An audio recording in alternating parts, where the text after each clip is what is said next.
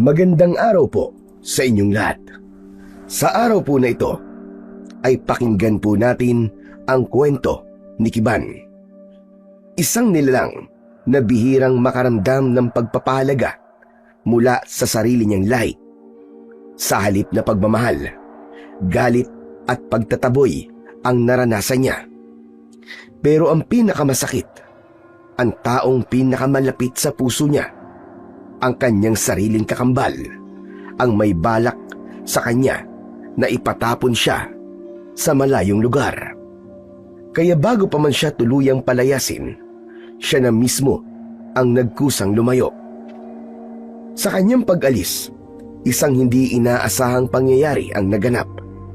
Napadpad si Kiban sa mundo ng mga tao at doon niya nakilala si Mang Atong. Ano kaya ang magiging papel ng lalaking ito sa mundo ng mga tawyani o mas kilala bilang mga taong unggoy? Paano kaya makakatulong si Mang Atong para mabago ang kapalaran ni Kiban? Uuwi kaya siya sa kanilang kaharian kung malaman niyang may paraan para siya ay makabalik? Ano kaya ang dadatnan niya sa kanila kung sakali man na magdesisyon siyang umuwi? Totoo kaya na nakasaad sa propesiya na siya ang magdadala ng kapahamakan at kamatayan sa kanilang buong lahi? Yan ang aabangan natin ngayong araw na ito. Pero bago ang lahat, huwag po nating kalimutang mag-subscribe at i-hit ang notification bell sa aking YouTube channel na The Voice Addict at Apong Isaac para sa mas marami pang makapigil hiningang kwentong aswang at katatakutan mula sa mundo ng kapabalagan. Umpisahan na po natin ang kwento.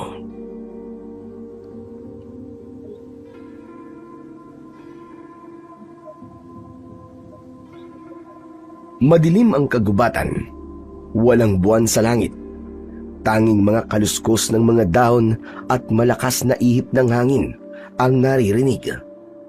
Maya-maya pa, sa di kalayuan, may aninong gumagalaw. Mabilis, halatang nagmamadali. Kailangan kong makalayo! Ayoko na dito! Ayoko na! Siya si Binyang. Halos isang oras na rin siyang paikot-ikot sa madilim na gubat na yon. Meron siyang tinatakasang isang nilalang na gusto siyang patayin. Halos masuka na siya sa pagod. Mas binilisan niya ang kanyang pagtakbo. Hindi na niya alintana ang mga sangang naaapakan, ang mga tinik na sumusugat sa kanyang balat, o ang mga ugat na paulit-ulit na sumasabit sa kanyang mga paa. Ang mahalaga sa kanya nung mga oras na yon ay ang makalayo at makatakas. Muli, narinig niya sa likod ang isang malalim na ungol. Hindi niya ito kayang lingunin. Alam niyang kapag lumingon siya, katapusan niya na. Aray ko! Ang sakit! Visit talaga! Mabilis niyang hinawakan ang kanyang braso nang masugat ito sa isang matulis na sanga na kanyang nabangga. Pawisan na si Binyang. May mga dugo na rin siya sa kanyang katawan. Nanginginig ang kamay niya at maging ang mga kalamnan niya sa kanyang binti ay tila naninigas na din. Ilang beses na siyang nadulas sa basan lupa. Minsan, sumasabit sa mga nakausling ugat ng puno o sa mga baging na nakalapag. Bumubulagta siya, pero mabilis din siyang bumabangon. Tama na! Ayoko na! Maawa ka! Huwag mo akong patayin! Isang nakakakilabot na ungol ang umalingaw-ngaw. Tunog ito ng isang malahalimaw na nilalang. Hindi mo ako matatalo! Hindi ako basta-basta magpapahuli sa'yo! Sandali niyang nilingon ang nilalang na humahabol sa kanya at nakita niyang papalapit na ito ng papalapit sa kanya. Konti na lang ay maaabot na siya ng isang malaki at mabalahibong mga kamay. May nakita siyang marka sa kamay na yun. Hindi! Lumayo ka! Hindi mo ako makukuha, hayop ka! Lumayo ka! Sabi na lumayo ka! Matinding kilabot ang naramdaman ni Binyang, lalo na nang makita nito na may hawak palang isang matalim na punyal ang halimaw. Mabilis siyang umiwas. Tumakbo siya ng mas mabilis pa. Ibinalik niya ang tingin sa harap, pero ang hindi niya napaghandaan, bigla siyang nabunggo sa katawan ng isang malaking puno. Halos dumilim ang kanyang paningin sa lakas ng pagkakabangga. Napahiga siya sa damuhan, pero kahit nasaktan, hindi siya sumuko. Sinubukan niyang gumulong ng konti at saka mabilis na muling bumangon. Tumakbo siya ulit. Lumiko siya sa isang makipot na daan na halos natatakpan na ng gumagapang na mga halaman.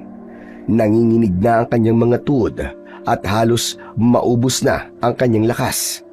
Pero patuloy pa rin siya sa walang katapusang pagtakbo. Huwag! Ayoko pa! Hindi pa ako handa! Hindi pa to katapusan ko! Ayoko pang mamatay! Hindi gayon! Tigilan mo na ako!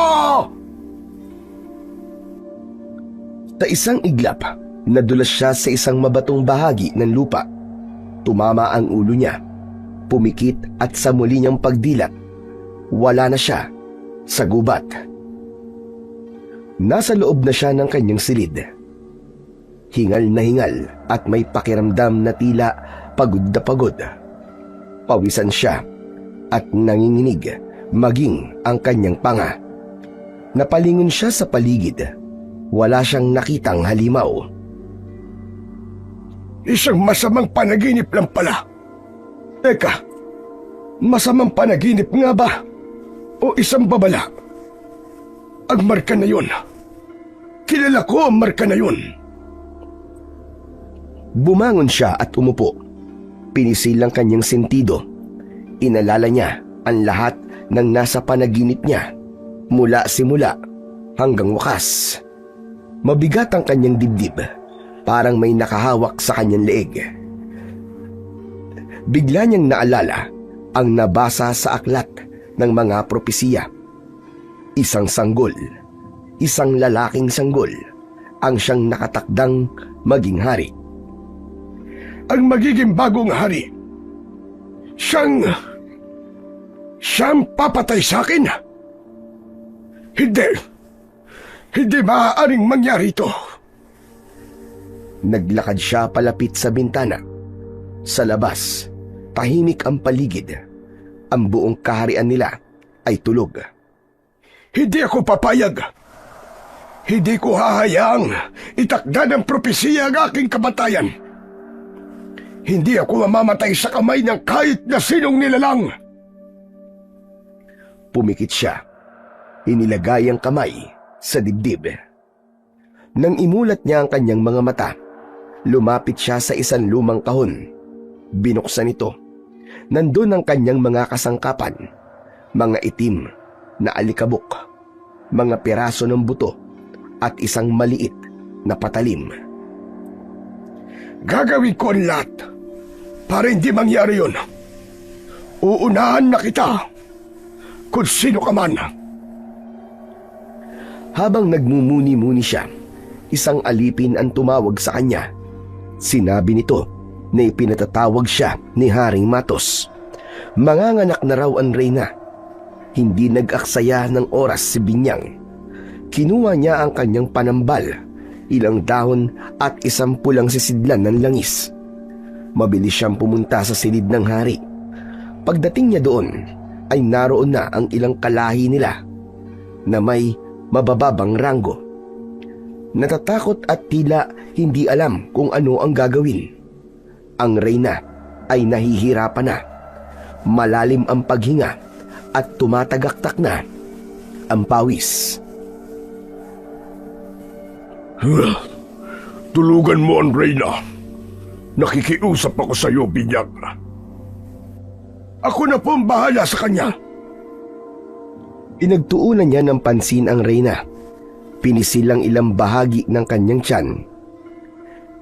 Kung handa ka na, sige, subukan mo. Dahan-dahang humiga ang reyna ng patagilid. Pero agad ding umupo. Mas komportable siya sa ganong posisyon. Ang mga kamay niya ay nakakapit sa kahoy na higaan na nasa kanyang tabi.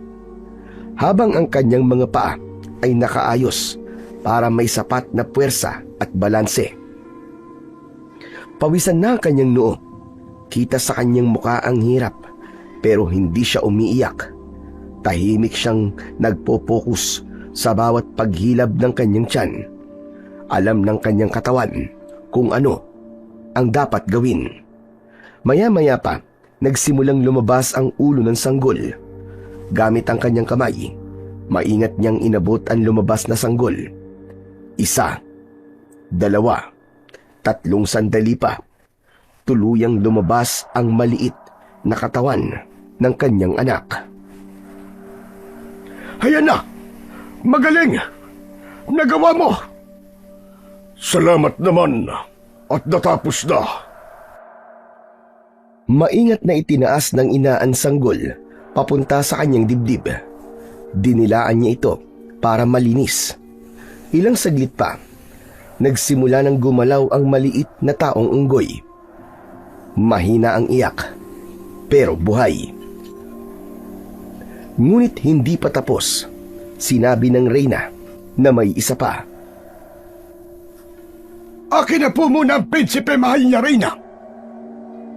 Hinilapag niya ang prinsipe sa higaan.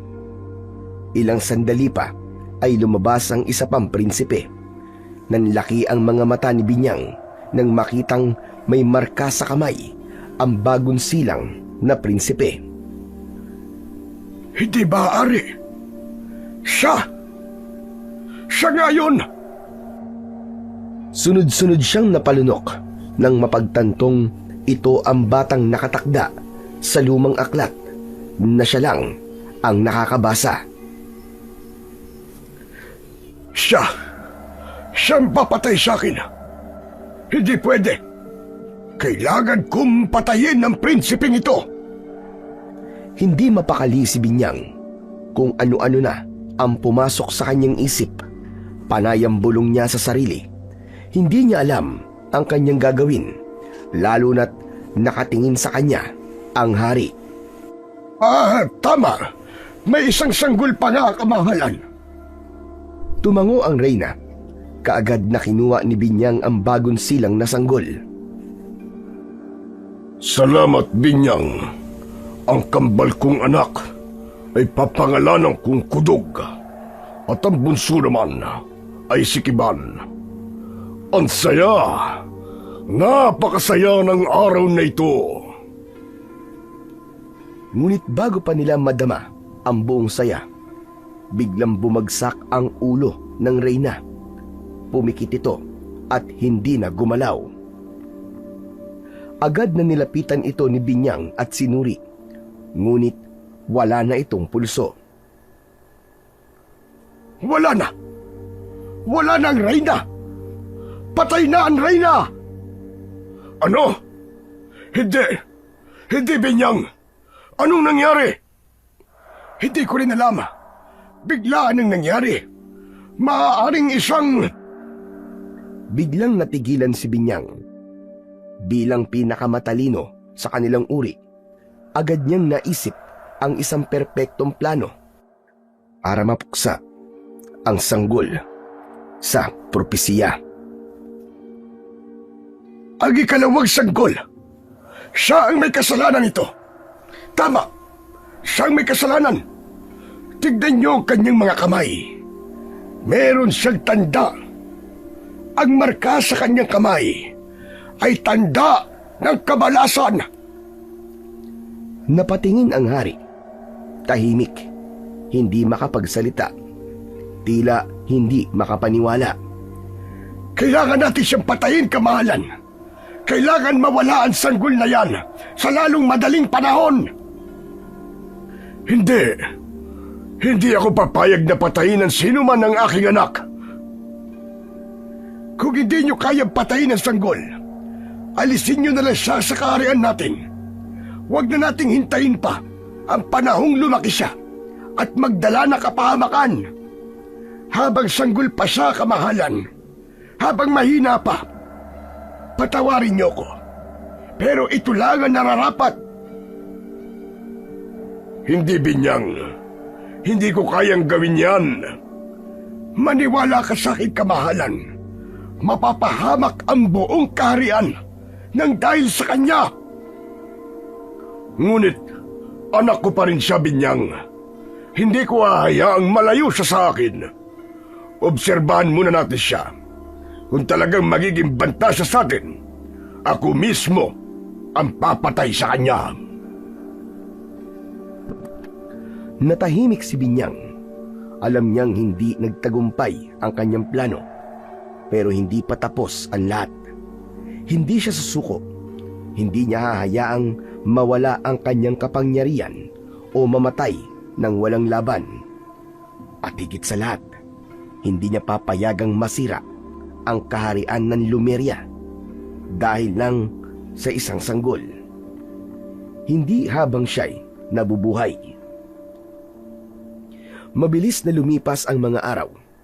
Lumaki na sina Kudog at Kiban bilang mga binatilyong taong unggoy. At sa kanilang paglaki doon, nakita ang kanilang pagkakaiba.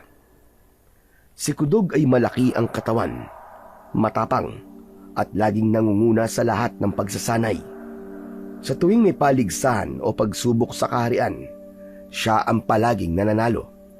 Lumaki siyang palaban, may kumpiyansa at iniidolo ng mga kaedad niya. Samantalang si Kiba naman, ang bunso, ay payat, mahina at lampa.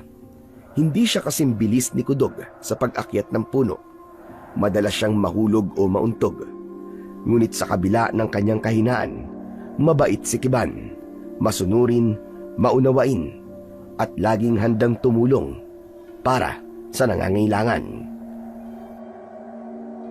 Isang araw, sa isang lihim na pagpupulong ng mga tagapayo at matatanda ng kaharian, napagpasyahan na si Kudog ang ihahanda upang maging susunod na hari ng Lumeria. Malapit na kasi ang tao ng pagpuputong, isang selebrasyon kung saan ipapakita na ang susunod na pinuno habang bata pa. Sa harap ng lahat, itataas ang bagong prinsipe at ipakikilala sa buong kaharian bilang sunod na tagapagmana ng trono. Siya ang pinili dahil siya ang nakitaan nila ng potensyal na maging katulad ng kanyang ama. Nanahimik si Binyang. Natuwa siya sa naging desisyon ng lahat. Hindi niya sinabi na si Kiban talaga ang nakatakdang maging tagapagmana. Sa balitang yun, masaya ang lahat. Masaya din si Kiban. Walang halong pagkukunwari at hindi siya naiinggit. Bagkus siya pa nga ang unang bumati sa kanyang kakambal. Kuya, masayang-masaya ako para sa'yo. Tara, mamasyal tayo. Gusto kong ipakita sa'yo yung isang napakagandang lugar na nadiskubre ko. Doon ako nagpapahinga madalas. Tara kuya, sama ka. Talaga? Saan yan? Bago ba yan? Alam mo, matagal na rin akong di nakakapasyal, kambal. Maganda nga siguro na makapagpahinga muna bago ang selebrasyon. Umakyat sila sa puno at nagpalipat-lipat gamit ang mga baging. Tumatawa, nagtutulakan, at masayang naglalaro. Ngunit habang tumatalon si Kudog mula sa isang mataas na sanga, napigtas ang baging na kanyang kinapitan. Nabitiwan niya ito at walang kontrol na bumagsak sa lupa. Tumama ang kanyang ulo sa isang malaking bato. Kudog! Agad na bumaba si Kiban at tinignan ang kanyang kakambal. Wala nang malay si Kudog. Natakot siya. Nanginig at nataranta. Duguan ang ulo ng kanyang kapatid. Pilit niya itong ginigising, pero hindi ito nagmumulat ng kanyang mga mata. Gising! Gising, kuya! Kuya, gumising ka! Hindi pwede. Hindi pwede to. Paano to? Paano? Tulong! Tulungan niyo kami! Mabilis siyang humingi ng saklolo. May mga kauri silang naroon sa lugar at agad silang tinulungan na makauwi. Pagdating sa kanilang kaharian, agad na sumalubong sa kanila si Haring Matos. Anong nangyari? Anong nangyari sa anak ko? Sinong may kagagawa nito? Ako po ang kasama niya. Nahulog po siya sa kinapitang baging. Nahulog ang prinsipe sa baging? Imposible naman yata yun. Siya ang pinakamagaling lumambitin. Hindi ka nagsasabi ng totoo. Hindi po ako nagsisinungaling. Totoo pong nahulog siya. Aksidente po yun. Kiban, anong ginawa mo? Tahimik si Kiban. Malakas ang kanyang kaba. Pinipigilan niya ang kanyang luha. Gusto niyang sumigaw. Gusto niyang sabihin na hindi siya nagsisinungaling, pero alam niyang hindi yun ang tamang oras. Pinili niyang umalis. Lumayo sandali. Naiwan si Haring Matos kasama si Binyang. Naniniwala ka ba na aksidente nangyari sa prinsipe, mahal na hari? Anong ibig mong sabihin, Binyang? Hindi ba't sinabi ko na to sa'yo dati na magiging banta dito sa kaharian ng anak mong yan? Sa tingin ko, maaaring pinagtangkaan ng bunso niyo ang kanyang kapatid. Maaaring naiinggit siya. O kaya naman ay masama ang loob niya. Baka gusto niyang siya ang maging hari. Hindi gagawin yun, ni Kiban. Hindi ganoon ang anak ko. Huwag ho kayo masyadong nagtitiwala, mahal na hari. Tulad ng sabi ko noon, ang marka sa kanyang kamay, ayon sa propesiya, ay ang siyang maghahatid ng kamalasan at kamatayan dito sa Lumeria. At nangyayari na nga ito. Wala ka bang gagawin, mahal na hari? Natigilan ang hari. Bagaman ayaw niyang maniwala, hindi niya maiwasang magduda. Lalo na't si Kudog ay hindi pa rin nagkakamalay. Agad na iniutos ng hari na kunin muna si Kiban at ikulong bilang pansamantalang parusa sa kanyang nagawa. Bakit niyo po ako'y pinakulong? Wala naman po akong kasalanan. Aksidente po ang nangyari. Aksidente man o hindi, hindi pa rin tama na kung saan-saan mo dinadala ang hihiranging hari. Marami tayong kaaway na umaaligid. Sana maintindihan mo kung bakit ko gagawin to. Gusto ko lang na matuto ka ng leksyon. Pero bukas na po ang pagpapakilala. Gusto ko po mapanood ang kapatid ko. Hindi ka pwedeng sumama o dumalo sa selebrasyon. Nakikiusap po ako. Wag naman po. Wala akong ginawang masama. Hindi ko siya sinaktan. Mahal ko po ang kakambal ko. Mahal ko po si Kudog. Wala akong sinabing sinaktan mo siya. Pero kailangan siguruin ang kapayapaan sa kaharian. At bilang hari, ito ang dapat kong gawin. Iniisip niyo po bang banta po ako sa kapayapaan? Iniingatan lang kita at ang kaharian. Lumabas na ang hari. Naiwan si Kiban sa loob. Mag-isa siya sa kulungang walang bintana. Tanging ilaw ng sulo ang nagbibigay liwanag sa kanya. Hindi alam ni Kiban kung ilang araw siyang mananatili roon. Tahimik siya. Malungkot. Pero sa kabila ng lahat, hindi siya nagtanim ng galit sa kanyang ama. Tinanggap niya ng maluwag sa loob ang parusa na yun. Ang mahalaga sa kanya ay ligtas ang kanyang kakambal na si Kudog. Kinabukasan, nagsimula na ang pagdiriwang ng pagpuputong. Ang selebrasyon kung saan kikilalanin ang magiging sunod na hari ng Lumeria. Sa gitna ng malawak na bulwagan ng kaharian, masayang nagtitipon ang mga kalahi. May sayawan, awitan at hiyawan. May musika din sila na sila mismo ang gumagawa. Naririnig ito lahat ni Kiban habang nakaupo sa isang sulok sa loob ng kulungan. Nanginginig ang kanyang mga kamay sa kaba at lungkot. Gusto niyang naroon siya. Gusto niyang masaksihan kung paanong ipagmalaki ng lahat si Kudog. Gusto niyang masilayan ang ngiti ng kanyang kakambal. Ngunit wala siyang magawa. Isa siyang bilanggo. Habang nagmumuni-muni si Kiban, biglang pumasok si Binyang. May dala itong pagkain para sa kanya. Mukhang nakalimutan ka na nilang bigyan ng pagkain galing sa selebrasyon. Heto, ipinagdala kita para makatikim ka din.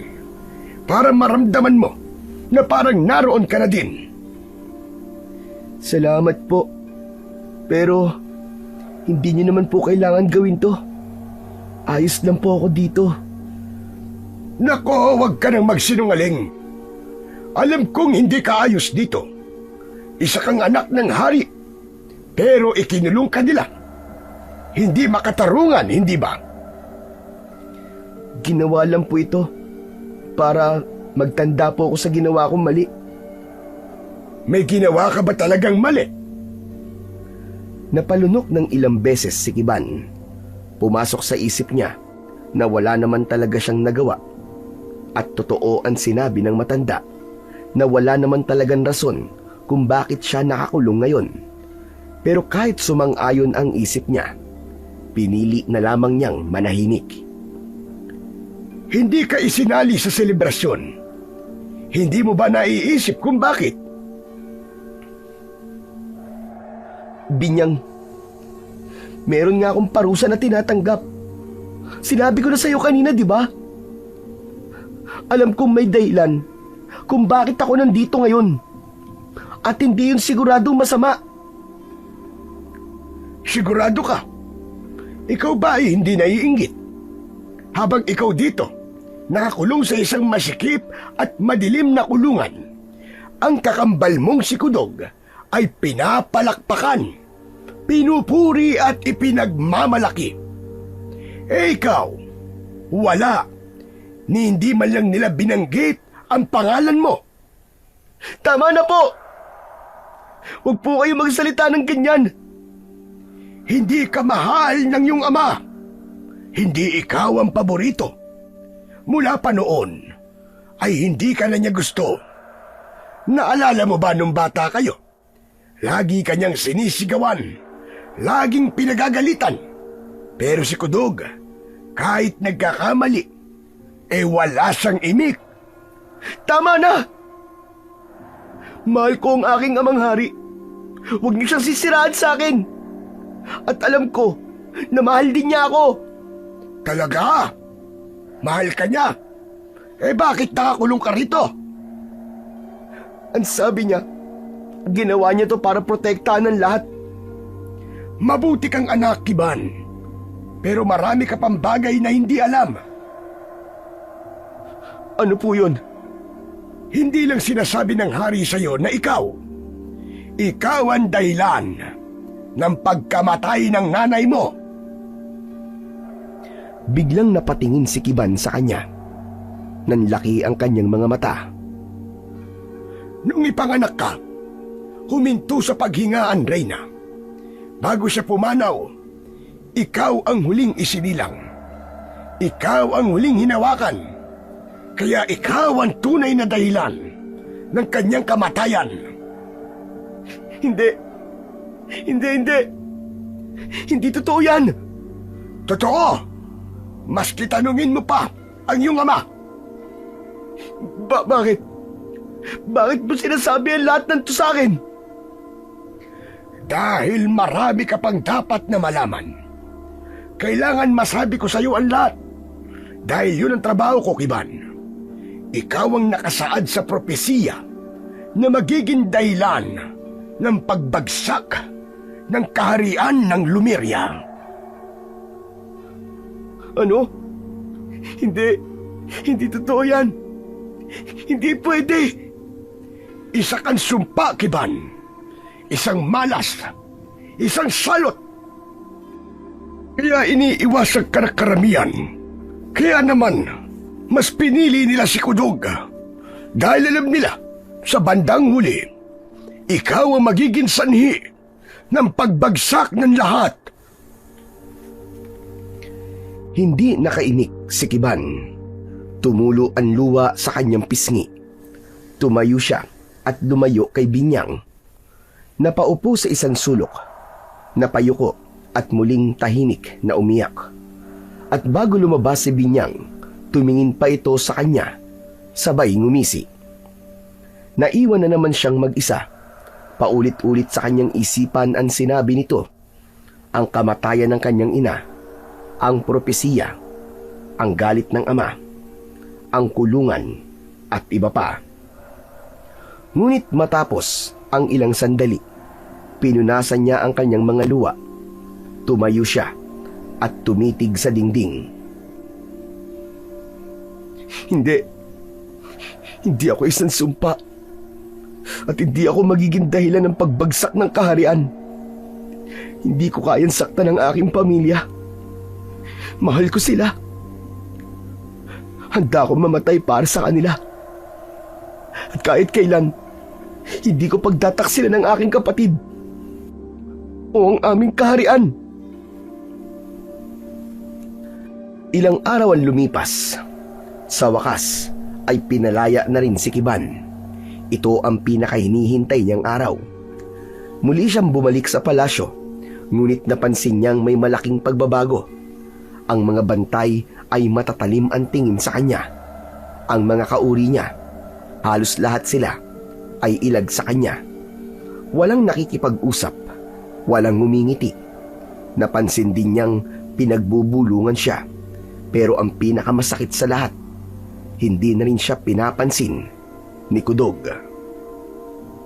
Sa tuwing nagtatama ang kanilang mga mata, agad itong lumalayo. Ayaw siyang kausapin. Wala na ang dati nilang samahan.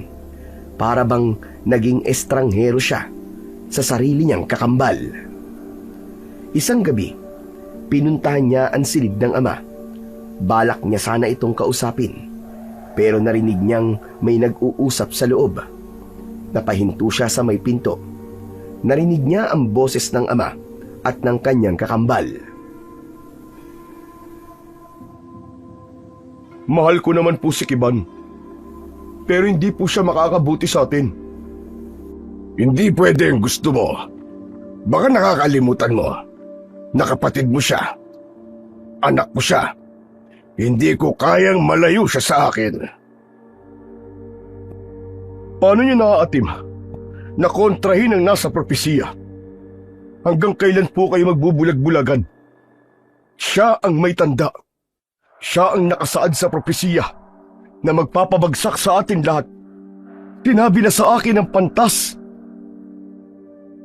Mabait si Kiban. Hindi niya magagawa yun. Ang propesiya ay propesiya. Hindi natin dapat baliwalain. Sinasabi ko to, hindi bilang kapatid, kundi bilang isang tagapagmana ng trono. Kailangan kong unahin ang kapakanan ng ating kaharian.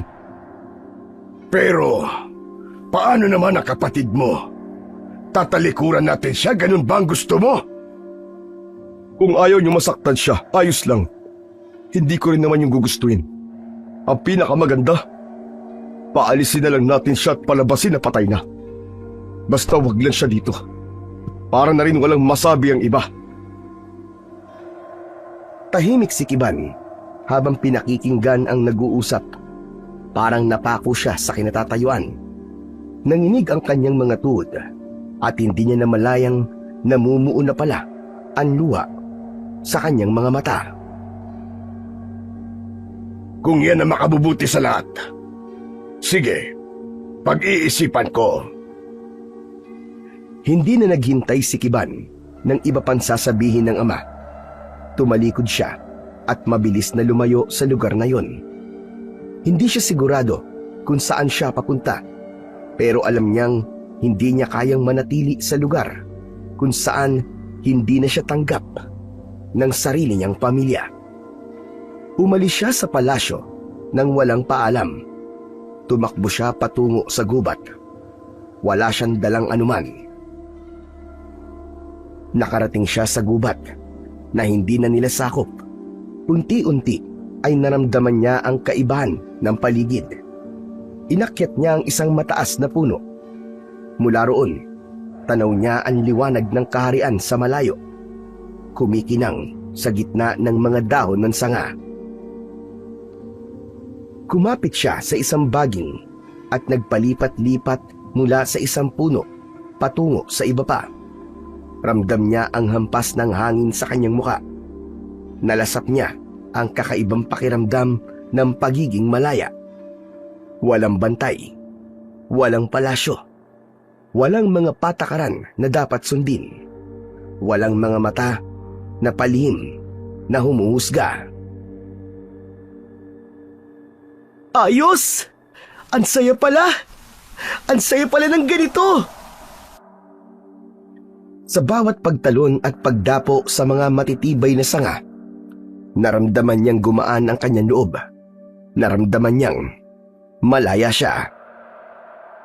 Nang dumilim na ang langit, huminto siya sa isang malaking sanga at umupo. Doon niya piniling magpahinga. Tumingala siya sa mga bituin.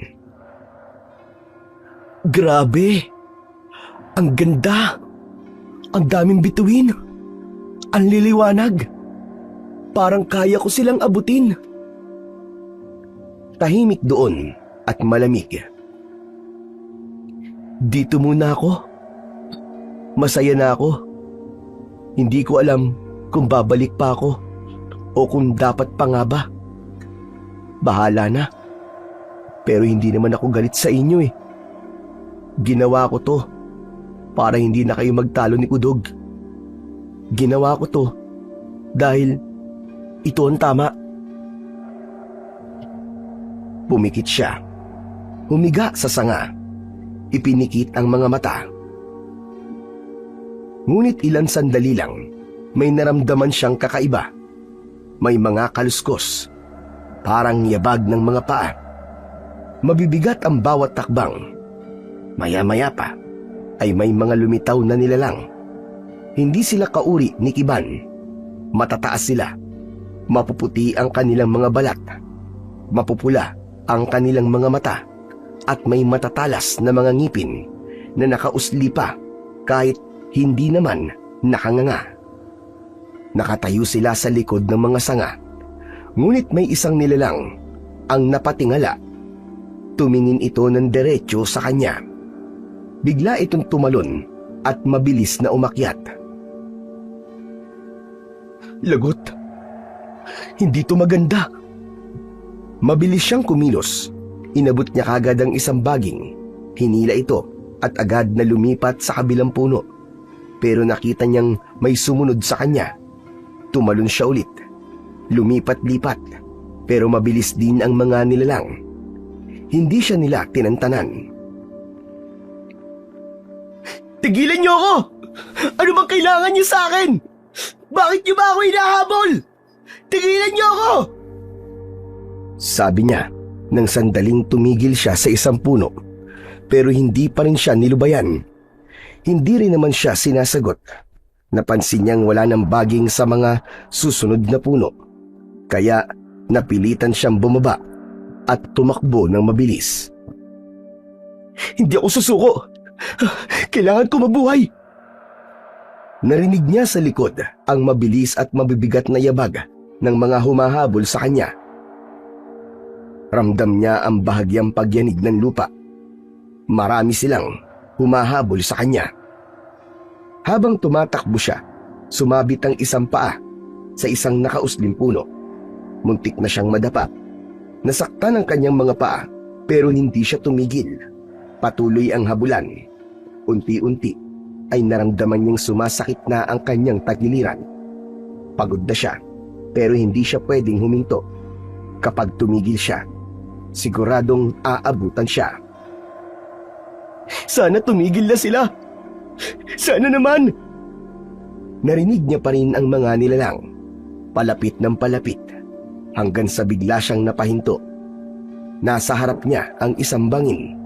Matarik ito, pero sa ilalim ay may isang ilog. Ang tubig ay malalim at malakas ang agos. Naku, paano to? Wala na ako madadaanan. Tumingin siya sa likod. Nandun ang mga nilalang, nakapwesto na sa likod niya at nakatingin sa kanya. Humakbang siya paatras. Kailangan niyang mamili kung kakalabanin niya ang mga ito o tatalon siya sa ilog. Hindi ako pwedeng mamatay dito. Hindi pwede. Huminga siya ng malalim, tumalikod sa mga nilalang at tumalon. Nahulog siya pababa. Mabilis at walang kontrol. Buong katawan niya'y nabalot ng lamig at puwersa ng bumagsak. Lumubog siya. Dumilat siya sa ilalim ng tubig. Wala siyang makita kundi kadiliman. Wala siyang maramdaman kundi lamig at mabigat na presyon sa kanyang dibdib. Pinilit niyang umahon pero nahihirapan siya. Umaabot ang kanyang kamay sa ibabaw pero tila may humihila sa kanya sa ibaba. Nakainom na siya ng tubig. Ilang sandali pa ay nakaahon na rin siya kahit papano, ngunit agad ding tinangay ng agos. Malakas, hindi niya kayang labanan. Palutang-lutang ang kanyang katawan. Wala siyang makapitan kahit saan. Tinangay siya hanggang sa naramdaman niyang papalakas ng papalakas ang tunog ng tubig. Napagtanto niya ay may talon sa dulo. Hindi ako pwedeng mamatay ngayon. Ngunit huli na, bumagsak na siya. Muli siyang lumubog at unti-unting dumilim na ang lahat. Nagising si Kiban. Wala na siya sa ilog. Nakahiga siya sa isang matigas na papag. Sinubukan niyang gumalaw, pero makirot at mabigat ang kanyang pakiramdam. Napansin niya na may mga tapal ng dahon at may benda na rin na nakabalot sa kanya. Bigla siyang may naamoy na kakaibang amoy ng usok. Paglingon niya sa kanyang kaliwa, nakita niya ang isang lalaki. Kayumanggi ang balat nito. May pulang panyo na nakapulupot sa kanyang ulo. Panay ang hit-hit buga nito sa isang malaking tabako. Tahimik lang ang lalaki. Nakadungaw ito sa may bintana. Parang malalim ang iniisip.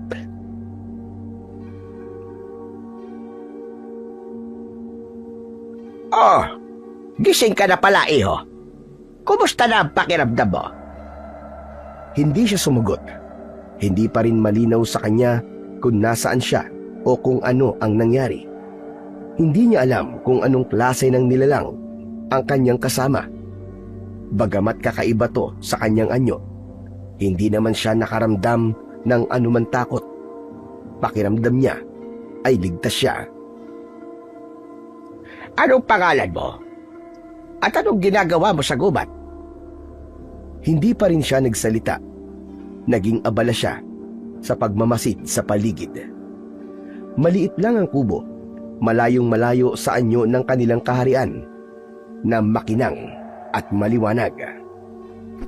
Hindi ka ba nakapagsasalita? Kausapin mo naman ako. Hindi naman ako masamang tao. Sa katunayan nga, ako ang nagligtas sa'yo. Kung hindi kita nakita, malamang ay wala ka na. Siya nga pala, ako si Mang Atong. Tawagin mo na lang akong Mang Atong.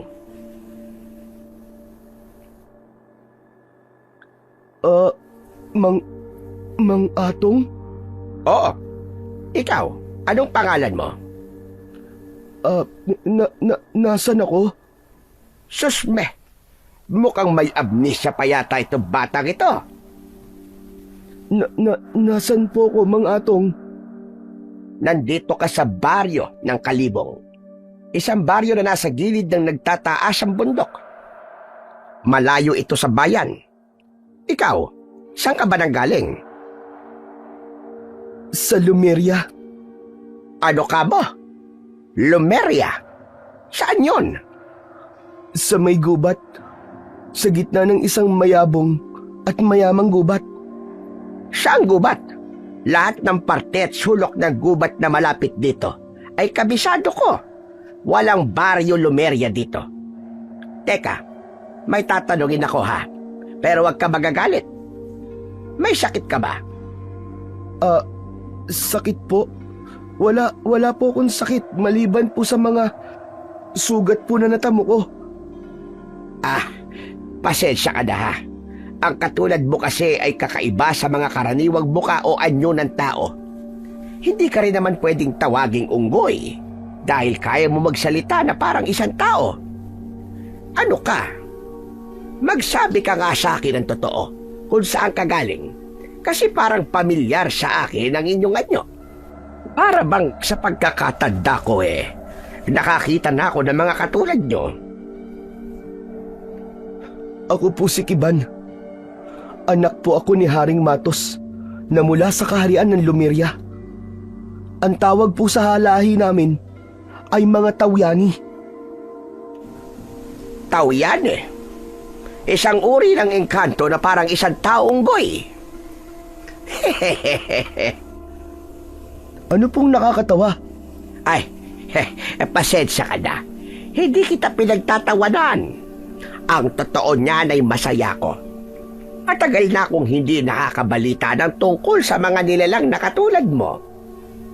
Pero alam mo ba, nung bata pa ako, kahit ilang beses nilang sabihin sa akin na hindi kayo totoo, abay, hindi ako naniniwala. Lagi kong sinasabi, meron talagang mga Tawyani. Kung ganun, alam niyo po ang tungkol po sa amin? Oo naman. Madalas kayong laman ng mga panaginip ko noon. Abay, bata pa ako noon. Hindi ko masyado matandaan yung mga detalye kung paano ko nalaman ang tungkol sa inyo. Basta ang alam ko lang, may mga nilalang na katulad mo. Teka, hindi ba't sabi mo nakatira ka sa isang kaharian? Bakit nasa ilog ka? Bakit wala kang malay? Abay, akala ko nga patay ka na nung makita kita Umalis po ako nang walang paalam sa amin. Isang alibughang anak. Hindi po. Hindi po ako alibugang anak. Umalis ako dahil nagtatalo ang aking amang hari at ang kapatid ko. Kung pananatilihin ba nila ako sa kaharian o ipapatapon.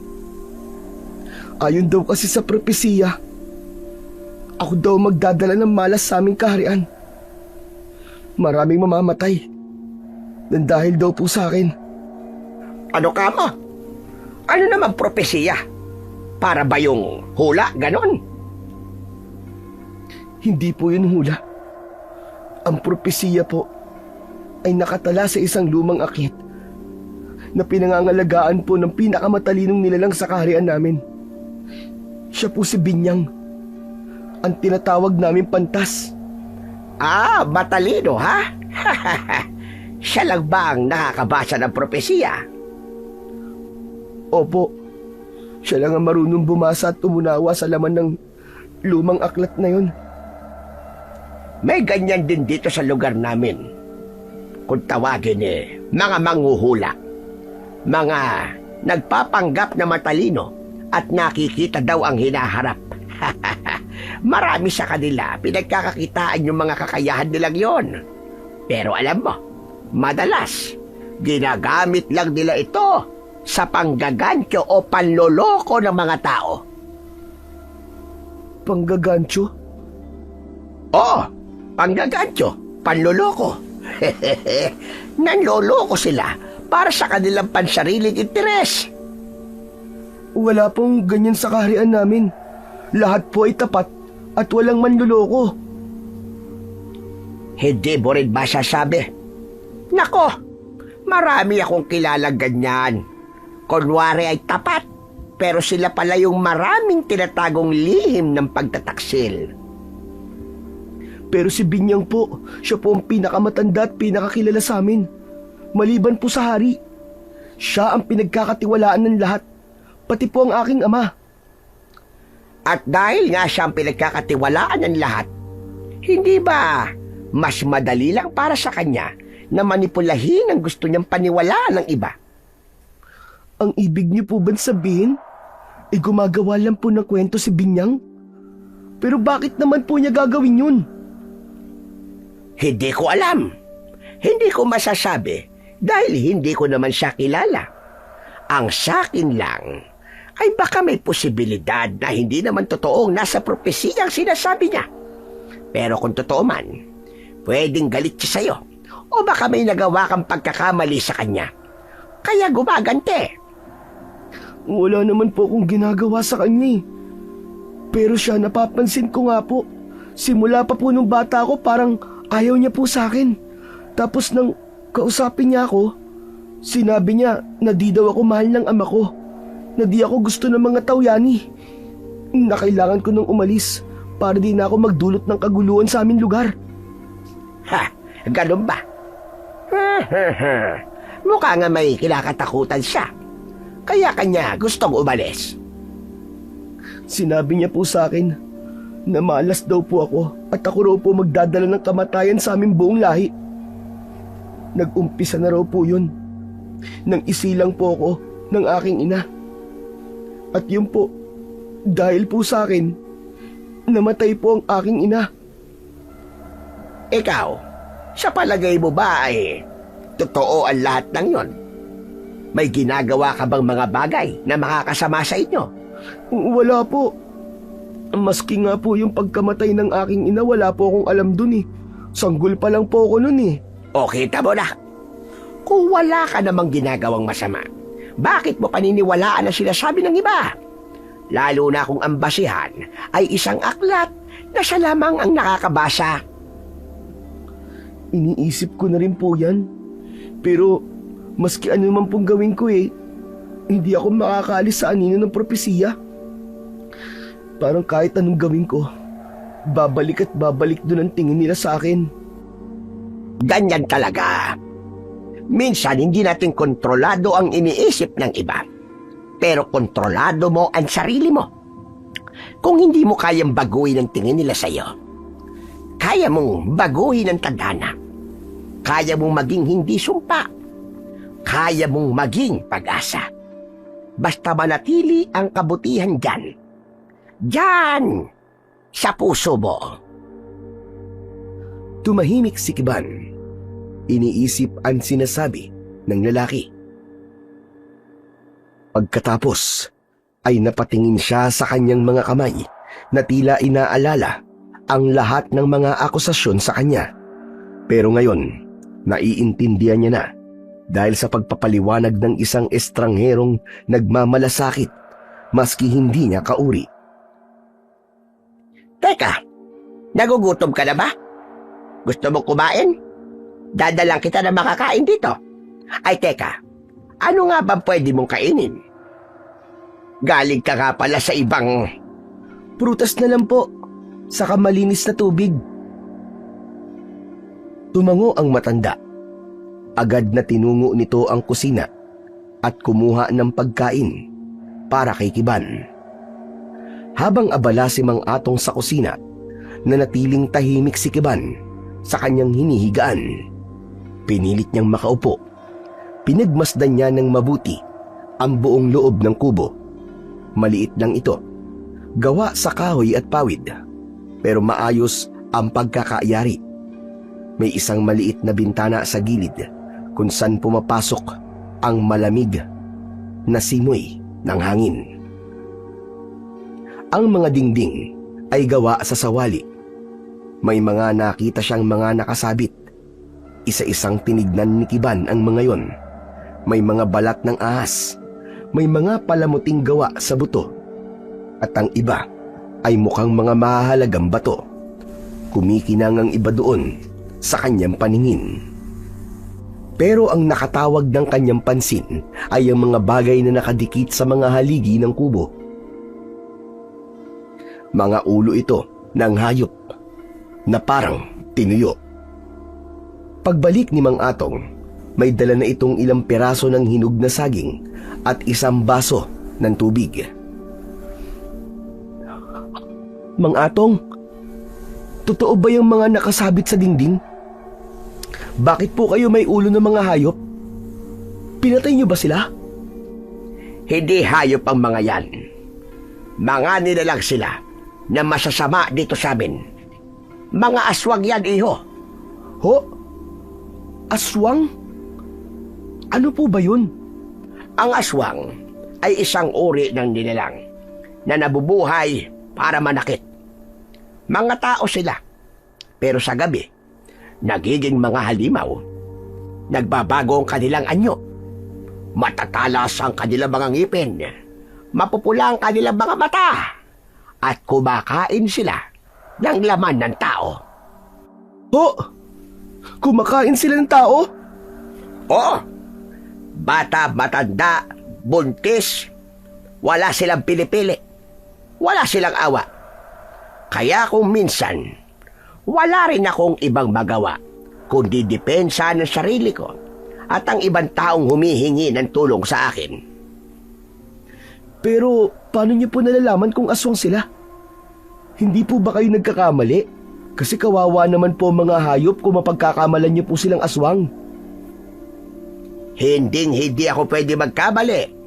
May mga palatandaan. May mga dasal na pwede akong banggitin na tumutulong para lumabas ang tunay nilang anyo. At kapag napatunayan kong sila ka, aba, saka ko lang sila nilalabanan. Tumango-tango si Kiban. Muli niyang tinignan isa-isa ang mga ulo ng hayop na yon. At pagkatapos, ay sinimulan ng kainin ang ibinigay sa kanya ng lalaki. Ayos ba? Sabihin mo lang kapag may gusto kang kainin, ha? Kung meron dito, bibigyan kita. Sige po. Salamat po, Mang Atong. Habang kumakain si Kiban, bigla itong natigilan nang maisip ang mga nilalang na humabol sa kanya bago siya mapunta sa lugar ni Mang Atong. Naalala niya ang mga katangian nito na halos may pagkakatulad sa sinabi sa kanya ng matandang lalaki. May mapupulang mga mata at may matutulis na mga ngipin.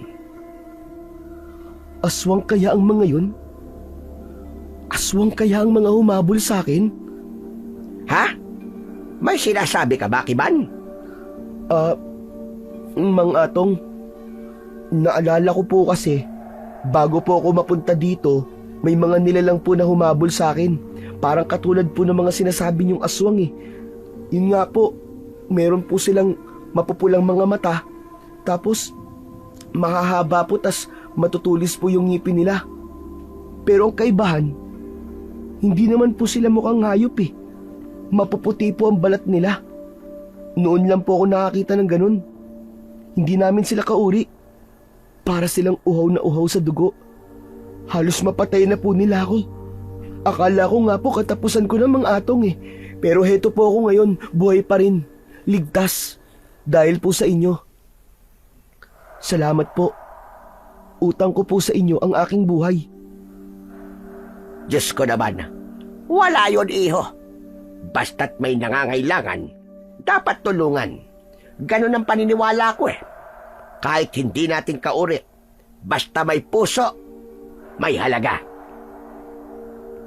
Huminga ng malalim si Mang Atong, saka tumingin sa bintana. Napatitig naman si Kiban sa kanya.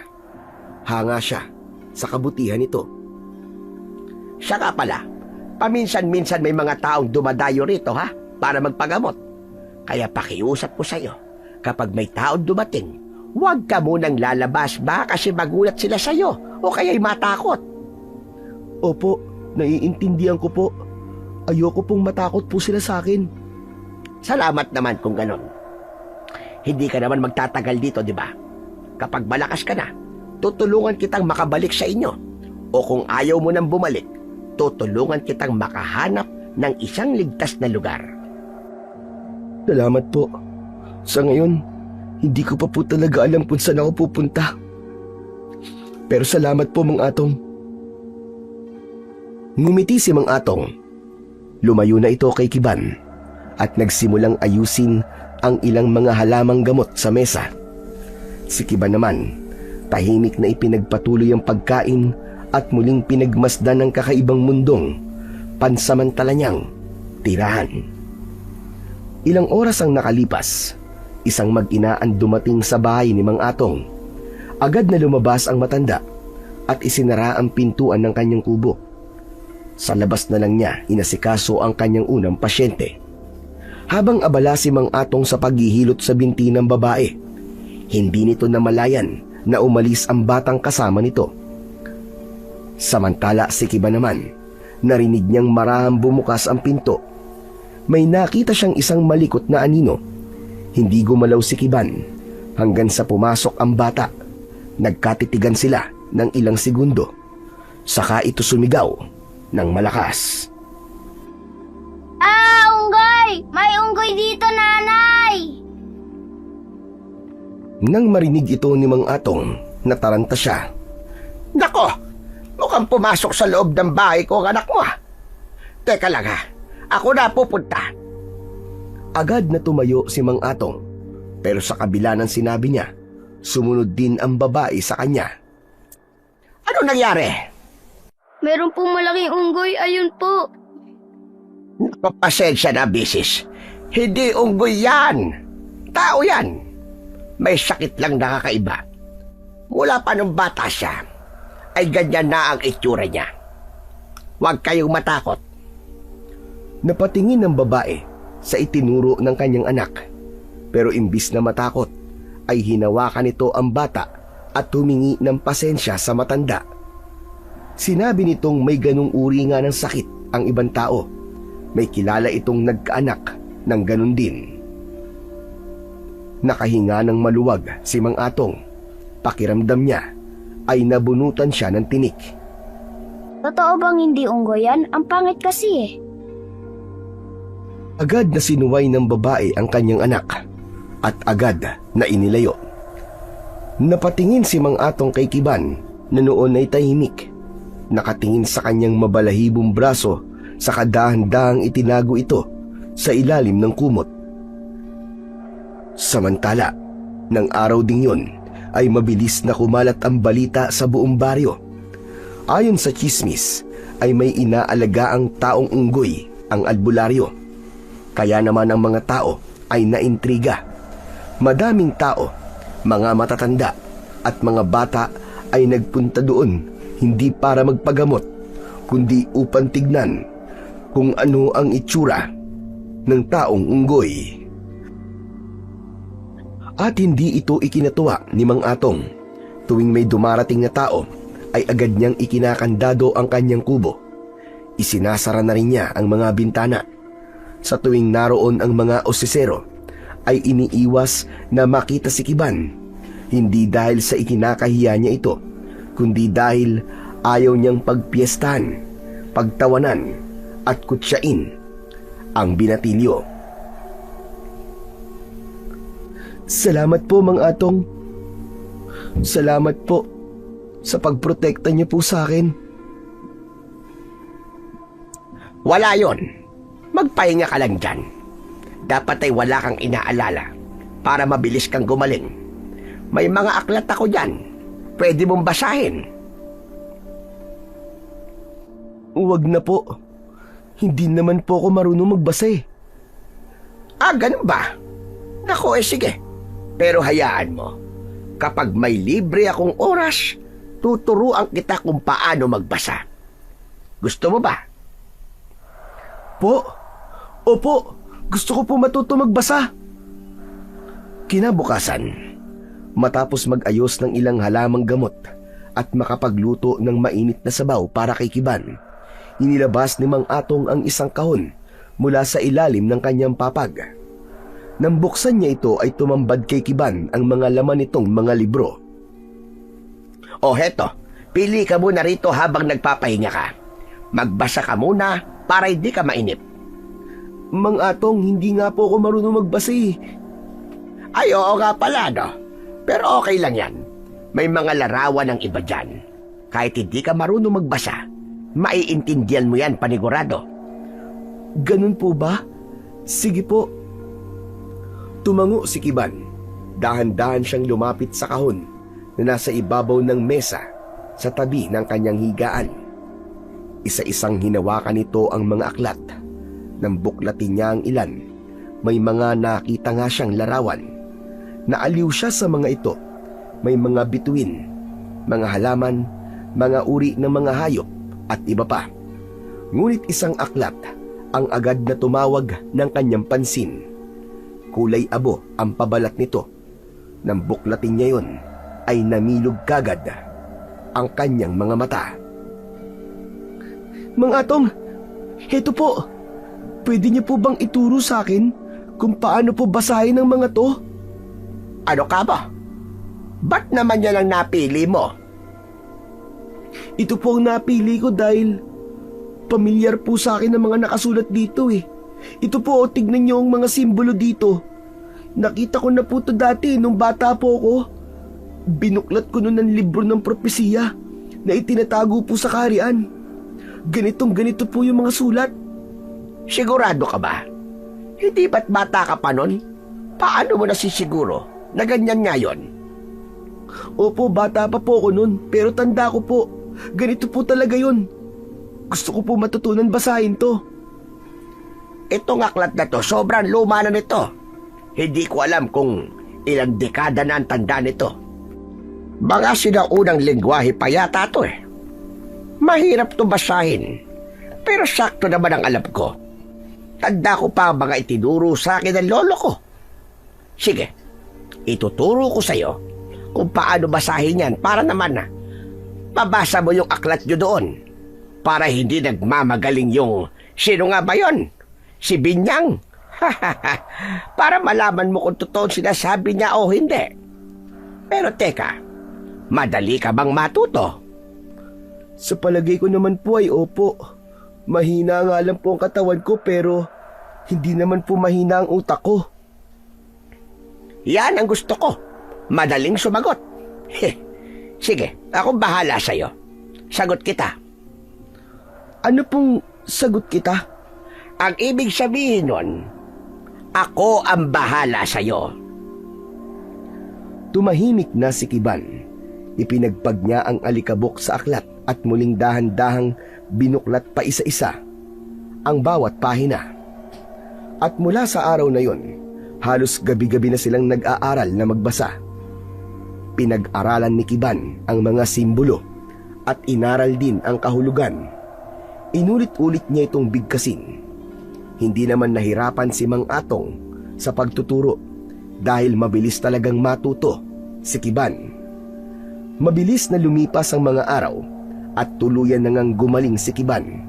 Minsan ay tinanong siya ng albularyo kung nais na ba nitong bumalik sa kanila.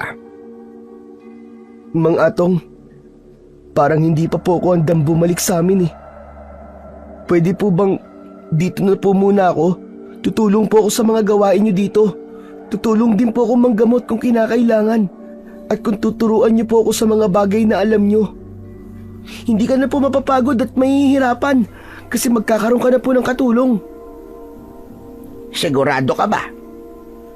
Alam mo ang sinasabi mo? Nakahanda ka bang humarap sa mga tao? Opo, kung husgahan po nila ako, ayos lang po yun. Sanay na po akong mahusgahan. Ayan ka na naman eh. Ilang beses ko bang sasabihin sa'yo na wag kang magtatanim ng anumang sama ng loob? Opo, Mang Atong. Salamat po sa paalala. Magmula nga ng araw na yon, ay unti-unti nang inilantad ni Mang Atong si Kiban sa mga taong dumadayo sa kanya upang magpagamot. Sa halip na itago, ay ipinakilala niya na ito bilang kanyang kasama. Sa una, ay maraming natakot sa kanya at umiwas, lalo na ang mga bata. Ngunit sa pagdaan ng ilang mga araw at linggo, dahan-dahan din silang nasanay. Napansin ni Mang Atong na masipag si Kiban at maalaga sa kanyang mga nagiging pasyente. Ito mismo ang nag-aayos ng banig o upuan para sa mga tao. Nagtitimpla ng salabat at naghahanda ng mga dahon at ugat para sa panggagamot. Minsan pa nga, isang matandang lalaki ang dumating na halos hindi na makalakad dahil sa matinding pananakit ng tiyan. Mang Atong, ako na pong bahala sa kanya. Baka hindi na po kasi niya matiis ang pananakit ng kanyang tiyan. Kawawa naman po. Sigurado ka ba? Alam mo na ba ang lunas doon? Opo, madali lang po ang gamot doon. Lalo at mukhang di lang po siya natunawan. O sige, subukan mo. Galingan mo ha. Opo, ako na pong bahala. Salamat po sa tiwala. Agad na inihanda ni Kiban ang gamot. Kumuha siya ng mainit na tubig at naglagay sa tasa. Kumuha siya ng 3 maliliit na dahon sa mga halaman ni Mang Atong at ibinabad ito doon. Nang magkulay berde na ang tubig, ay ipinainom niya ito sa matandang pasyente. Agad na nagreklamo ang matandang lalaki sa sobrang pait ng kanyang ininom. Sumuka ito ng sumuka, halos naglalaway sa sobrang pait ng timpla. Ngunit matapos niyang mailabas ang lahat ng laman ng tiyan niya, ay agad siyang pinakain ni Kiban ng asukal para mawala ang pait at bumalik ang lakas ng matanda. Ilang sandali pa ay sinabi ng matandang lalaki na ayos na siya. Napangiti naman si Mang Atong. Doon niya napagtanto na may angking talino pala si Kiban. Natuto ito maski sa pamamagitan lamang ng pag-oobserba. Ni hindi nga siya nahirapan na turuan itong magbasa. Kapag naituro ng isang beses, ay hindi na kailangan pang ulitin. Mahilig din siyang magtanong. Hindi basta tanong, kundi mga tanong na may saysay. Isang hapon, habang nagpapahinga ang dalawa, tinanong ni Mang Atong ang binatilyo. Kiban, gusto mo bang madagdagan pa ang mga nalalaman mo? Gusto ko po, Mang Atong.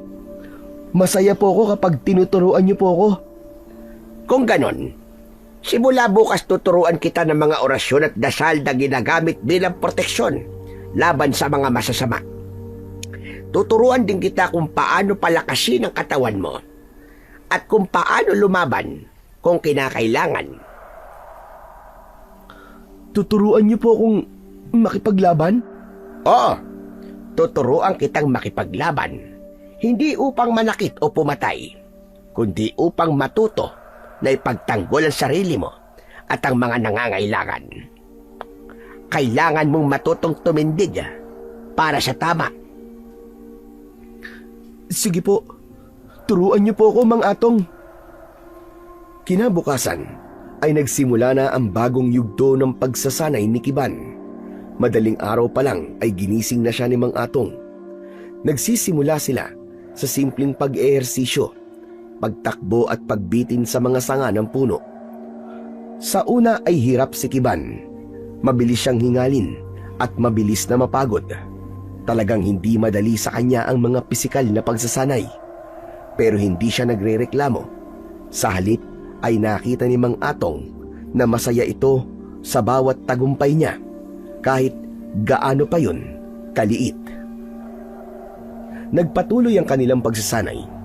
Minsan ay pinag-iigib niya ito sa balon at hinahayaang magbitbit ng timba ng pabalik-balik. Pinagbubuhat din siya ng mga troso at pinagsisibak ng mga kahoy na panggatong. Araw-araw niya itong ginagawa at habang lumilipas ang mga araw, napansin ni Mang Atong ang pagbabago sa katawan ni Kiban. Tumigas ang mga braso nito at bumibilis na din ang kanyang mga kilos. Habang pinalalakas ang kanyang katawan, tinuturuan din siya ng mga orasyon.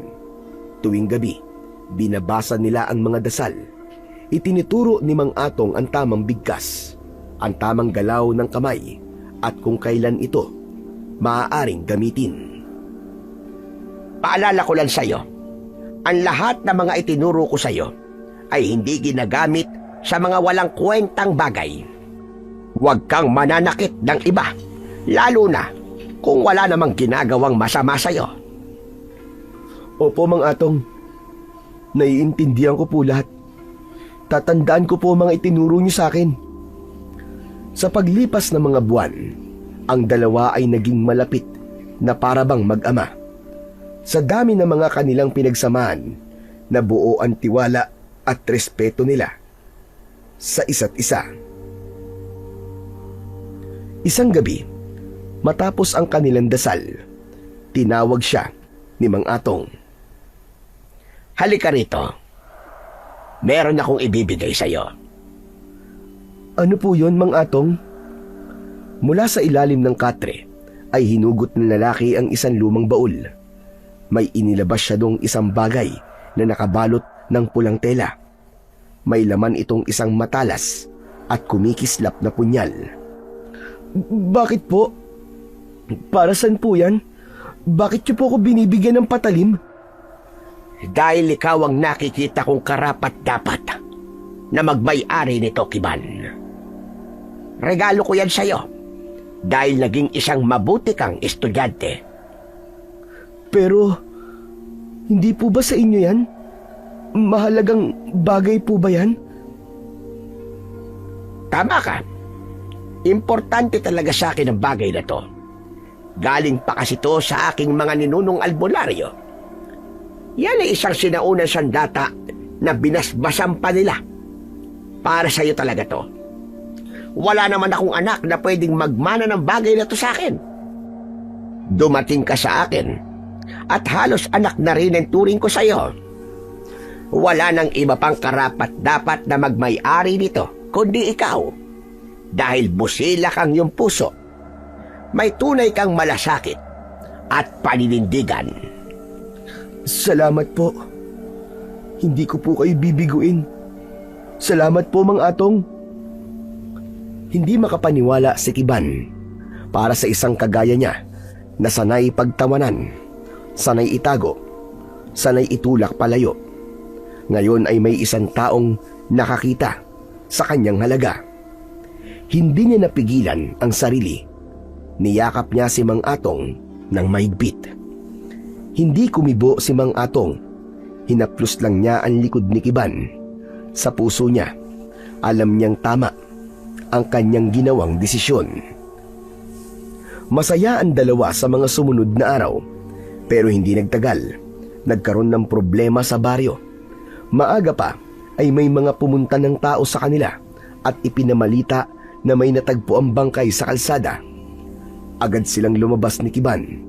Sa gitna ng kalsada, may mga taong nagkukumpulan at doon nakita nila ang isang batang lalaki na nakahandusay. Halos wala ng saplot. Maputla ang balat, wakwak ang tiyan, nakalabas ang lamang loob. May mga sugat ito sa leeg at braso. Mga Tong, tulungan niyo ang baryo. Baka aswang na naman na may gawa nito. Siguro nga, pero kailangan mo nang makasigurado. Hayaan nyo, magbabantay kami ni Kiban mamayang gabi. Nagpasalamat ang mga tao. May mga nagboluntaryo na sumama sa pagbabantay, pero tumanggi ang lalaki. Kami na lang muna. Kung nag-iisa lang ang aswang na may gawa nito, kaya na namin yon. Wala na kayong dapat na ipag-alala. Tumango ang mga tao. Nagpaalam na sila at sinabing lilimitahan na muna ang pagtanggap sa mga pasyente para makapag-focus sa paghahanap sa aswang. Sa pag-uwi nila sa kubo, agad na kinausap ni Mang Atong ang binatilyo. Nakahanda ka na bang gamitin ang mga natutunan mo sa akin, Kiban? Opo, handa na po ako, Mang Atong. Salamat naman kung ganon, Kiban. Hindi natin pwede pabayaan ito. Kailangan pigilan natin ang gumagawa ng karumal-dumal na pagpatay tulad ton.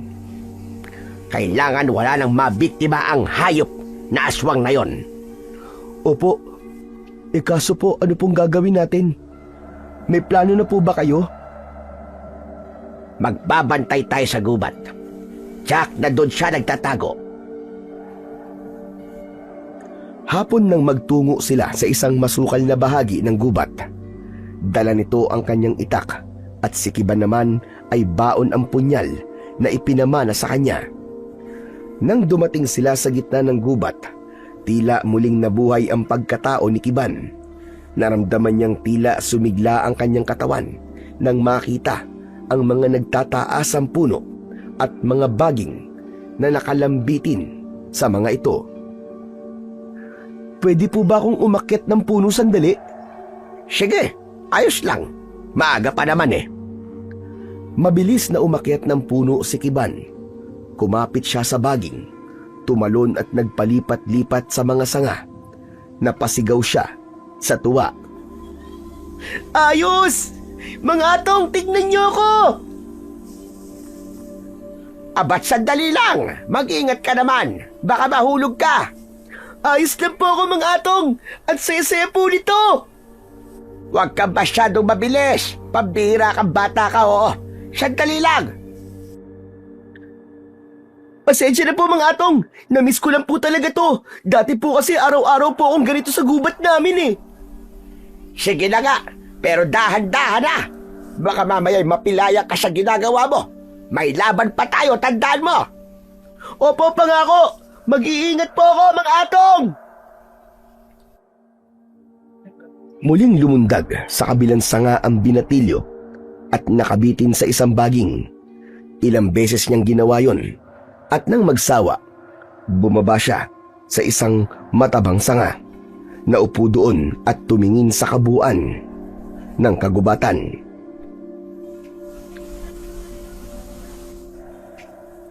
Ang ganda po dito, mga atong. Grabe! Tama na yan. Bumaba ka na dito. Kailangan mo na magpahinga. Mabilis na bumaba ng puno si Kiban. Tumabi ito kay Mang Atong na nakaupo naman sa ilalim ng isang mayabong na puno. Panay ang hit-hitbugan nito ng usok. Sumapit ang gabi. Halos magdamag silang naghintay. Nakiramdam at nagbantay sa loob ng gubat. Pero dumaan ang gabi. Wala silang nahanap. Hindi nila natagpuan ang aswang. Ngunit pagsapit ng isang gabi, sa mismong bakuran nila ay nagpakita ang aswang. Nakadapo ito sa isang puno. Nang makita ito ni Kiban, nanlaki ang kanyang mga mata. Yan ba ang aswang, mga atong? Tama ka. Dito ka na muna. Ako na lang muna ang bahalang humarap sa kanya. Dahan-dahang lumapit si Mang Atong. Inilabas niya ang isang medalyong nakatago sa ilalim ng kanyang kamiseta. Kumikinang ito sa ilalim ng maliwanag na sikat ng buwan. Nang makita ito ng nilalang, bigla itong nagsisisigaw. Lumipad ito mula sa sanga at agad na lumipad palayo. Nag-anyo itong isang dambuhalang ibon na mabilis na naglaho sa dilim. Duwag ang hayop na yon. Tara, habulin natin, Kiban. Nang humarap ang matanda sa kanya, biglang nakaramdam ng panghihina ang binatilyo. Napahawak siya sa kanyang dibdib. Naramdaman niyang namanhid ang kanyang mga braso at bumigat ang kanyang katawan. Nanlabo din ang kanyang paningin. Mang Atong, parang nahihilo po ako. Hindi niya na natapos ang kanyang sasabihin. Natumba siya at nawalan ng malay. Pagkagising ni Kiban ay nasa loob na siya ng silid. Nasa tabi niya si Mang Atong. Mabuti naman at gising ka na. Bigla ka na lamang ng hina kagabi. Ano ba nangyari sa'yo? Dahil ba to sa sobrang pagod? Hindi po. Marahil po dahil po sa inyong medalyon. Mang Atong, ano po bang bagay na yon? Ganun ba? Kung ganun ay naaapektuhan ka ng bagay na to. Ang medalyon na suot ko ay ibinigay sa akin ng lolo ko nung bata pa ako. Kasi sabi nila, madalas daw ako mawala noon at halos 3 o 5 araw bago nila ako makita. Ang sabi pa ay baka raw kinukuha ako ng engkanto. Kaya ipinasuot nila to sa akin. At magmula noon, hindi na ako nawala. Ibig sabihin po, ay may kapangyarihan yan laban sa akin. Alam niyo po, parang may humihigop po ng lakas ko kagabi nang makita ko pong inilabas niyo po ang bagay na yan. Pasensya ka na. Hindi ko inaasahan yon. Pero ang bagay nito ay sinasabi nilang proteksyon ko laban sa mga masasamang nilalang na kumukuha sa akin noon. Pero bakit naapektuhan ka? Hindi ka naman masamang nilalang. Bakit nga po kaya O siya, hayaan mo na yon. Hindi ko na lang gagamitin ang bagay na ito. Pasensya ka na ha. Mukhang nasaktan kita ng dahil dito. Wala po yun. Alam ko naman po na hindi niyo po sinasadya. Hindi pa sila tapos mag-usap, ay biglang may narinig silang nagkakagulo sa labas ng kanilang bahay. Mga Atong! Mga Atong, lumabas kayo riyan! Pagbukas ng pinto, nakita ni Mang Atong ang ilan nilang mga kababaryo. Teka, anong meron?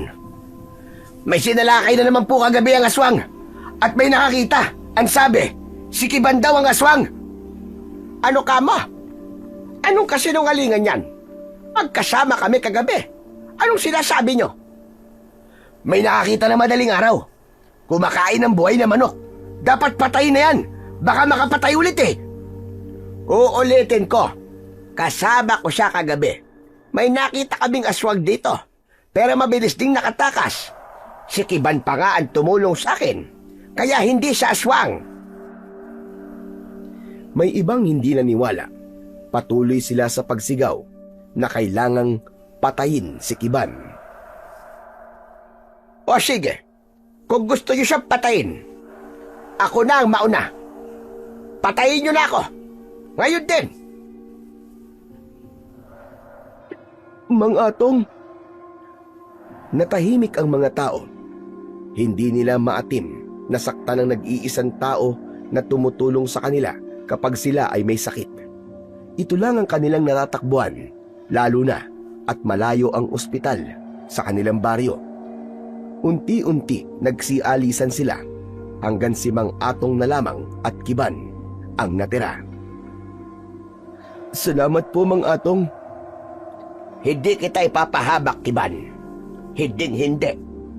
Yan ang tatandaan mo. Kinagabihan, muling nagbantayan dalawa sa gubat sa kabila ng ginawa ng mga tao na pangusga kay Kiban. Nakabawi na ng lakas ang binatilyo, kaya't muling naging determinado na hanapin ang aswang. Hindi lamang upang makatulong, kundi upang patunayan din ang kanyang sarili sa mga taong patuloy na nagdududa at natatakot sa kanya. Tada, makita na natin ang aswang na yon. Kaya nga po para hindi niya napasamain ang aking imahe sa mga tao. Pero Mang Atong, bakit nila ako pinagbibintangan? Di ba ayos naman ako sa kanila? Hay nako, sinasabi ko sa'yo, tuso ang mga aswang, Kiban. Maaaring nung nasa bahay siya, nakita niya ang itsura mo. May kakayahan silang gumaya ng itsura ng iba at ginagamit nila to para manloko. At sa palagay ko, gusto niyang sa'yo magalit ang mga tao para malaya siyang makapambiktima. Ang sama niya. Ang sama-sama niya. Ay, teka. O bakit, Kiban? Ayan po. May naririnig po akong umiiyak na bata. Ano ka mo? Abay, wala naman ah. Wala naman akong naririnig. Meron po. May naaamoy din po ko. Masangsang po na parang bulok po na karne. Ang baho. Talaga? Yan ang amoy ng aswang. Ibig sabihin, naririnig at naaamoy mo sila. Aba, matalas pala ang pandama mo, Kiban. Tahimik na tumango si Kiban. Mas lalo siyang naging alerto. Naamoy niya sa hangin ang isang matapang na halimuyak, pinaghalong bulok at malansang amoy ng laman at dugo. Mabilis siyang umakyat sa puno, pumwesto sa pinakamataas na sanga at tinanaw mula doon ang buong gubat. At doon niya natanaw mula sa malayo ang isang nilalang na nakatayo sa tabi ng isang batang lalaki. Dahan-dahang lumalapit ang halimaw. Nakalabas ang mahahaba nitong ngipin. Mga Atong! Doon po! Alam ko na po kung nasan sila! Hindi na siya naghintay. Mabilis siyang tumalon mula sa sanga at nagpalipat-lipat gamit ang mga baging at sanga ng mga puno. Mabilis siyang nakapunta sa lugar na yon at sakto ang kanyang dating. Ang bata ay halos hindi na makasigaw sa takot. Napapaatras ito hanggang sa mapasandal sa malaking katawan ng puno. Namumula na ang mga mata nito sa kakaiyak. Nanginginig ang bibig at buong katawan. Tulong! Tulungan niyo ako! Ang aswang ay patuloy sa paglapit. Ikaw! Layuan mo siya! Napalingon ng halimaw. Nagtagpo ang kanilang mga mata. Hindi na nagsayang ng oras si Kiban. Agad niyang inatake ang aswang. Buong lakas niyang pinagsususuntok ito. Nakakailag naman ang aswang, pero may ibang hindi niya nasasalo. Tinatamaan ito sa muka at sa tiyan. Nasugatan din ang binatilyo at nakalmot siya sa braso. Agad na gumamit si Kiban ng orasyon para maparisa ang aswang. Sa bawat sigaw niya ng salita, tila nababali nito ang konsentrasyon ng halimaw. Napapabagal nito ang kanyang galaw. Tama na! Huwag mo akong patayin! Parehas lang naman tayong halimaw, hindi ba? Biglang huminto si Kiban. Natigilan siya sa kanyang narinig. Tignan mo ang sarili mo! Hindi ka tao! Hindi ka kabilang dito! Saktong dumating si Mang Atong, pero huli na siya. Nakita niyang nakatayo si Kiban. Sunod-sunod nitong pinagsasasaksak ang aswang. Hindi niya ito tinitigilan. Gigil na gigil at galit na galit si Kiban. Tila sumabog si Kiban. Lahat ng hinanakit, takot at galit ay biglang lumabas. Napasigaw ito ng malakas na malakas. Nagwawala na siya, parang hayop na hindi na mapigil. Kiban! Kiban, tama na! Tama na, Kiban! Huminto ka! Pero parang wala siyang naririnig. Pati si Mang Atong ay hindi niya nakilala sa kanyang galit. Balak niya itong sugurin. Kiban! Kiban, tama na! Hindi na nga ako tinanggap sa sarili kong kaharian. Pati ba naman dito? Wala ni isa sa inyo may gusto sa akin. Lahat kayo galit. Ang gusto niyo lang ay itaboy ako. Dahil para sa inyo, hindi ako kabilang. Nagkakabali ka, Kiban. Ako to, si Atong. Kumalma ka, Kiban. Pakiusap. Hindi siya pinakinggan ni Kiban. Mabangis na mabangis ang anyo nito. Galit na galit. Parang nabaliw sa sakit. Nang susugurin na ni Kiban si Mang Atong, inilabas ng matanda ang kanyang medalyon. Tinapat niya ito sa nagwawalang si Kiban. Nang makita ng binatilyo ang medalyon, bigla itong napalood. Bigla siyang nanghina. Unti-unti, nabitiwan ito ang punyal na hawak. Nahimatay siyang muli. Parang naubos ang kanyang lakas. Agad na inasikaso ni Mang Atong ang bata. Pinakalma niya muna ito. At nang maramdaman ng bata na ligtas na siya, saka naman niya binuhat si Kiban. Inuwi niya muna sa kanyang kubo bago inihatid ang batang muntik ng mabiktima ng aswang. Kinabukasan nang magising si Kiban, agad siyang kinausap ni Mang Atong. Ano pong nangyari kagabi? Wala po akong maalala, Mang Atong. Napatay mo ang aswang, Kiban. Talaga po? Nagawa ko siyang patayin. Hindi ako makapaniwala. Talaga po bang nagawa ko yun? Sandali lang. May kailangan ka ring malaman. Ano po yun, Mang Atong? Alam mo bang, maski ako, ay muntik mo nang masaktan kagabi. Po! Masyado kang kinain ng galit mo, Kiban. Ibang-iba ka. At halos hindi mo na rin ako nakilala. Hindi ko po sinasadya, Mang Atong. Wala po talaga akong maalala. Umupo si Mang Atong sa tabi niya. Kita sa muka ang lungkot at pag-aalala. Naiintindihan kita.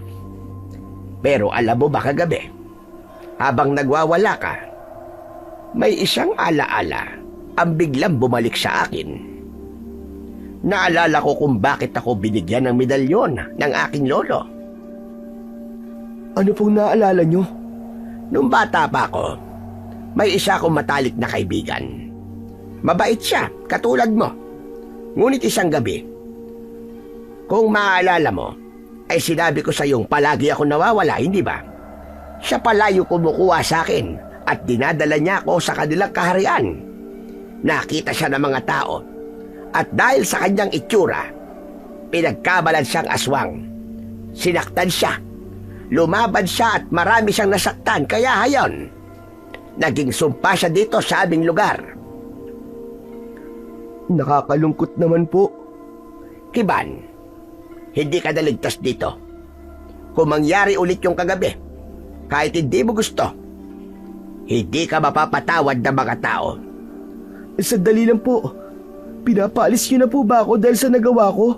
O dahil sa naalala nyo na hindi pala kami mabubuting mga nilalang? Hindi ganon. Pinaalis kita dahil gusto kitang iligtas.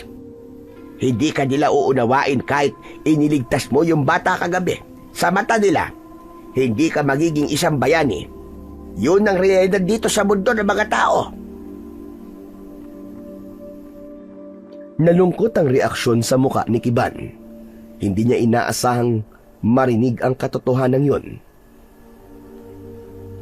Yung kaibigan ko nun, muntik rin siyang mapatay.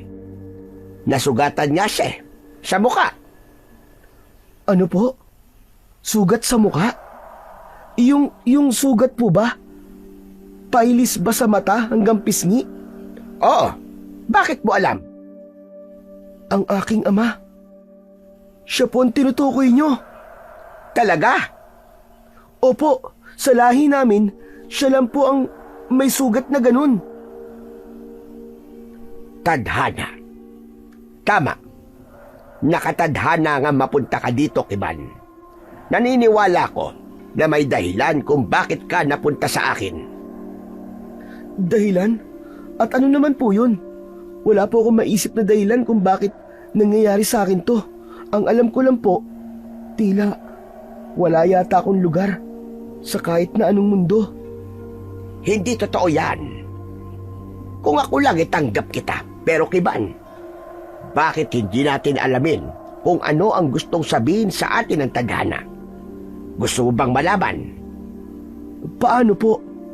Sasabahan kita pabalik sa inyo. Magkasama nating hahanapin ang sagot.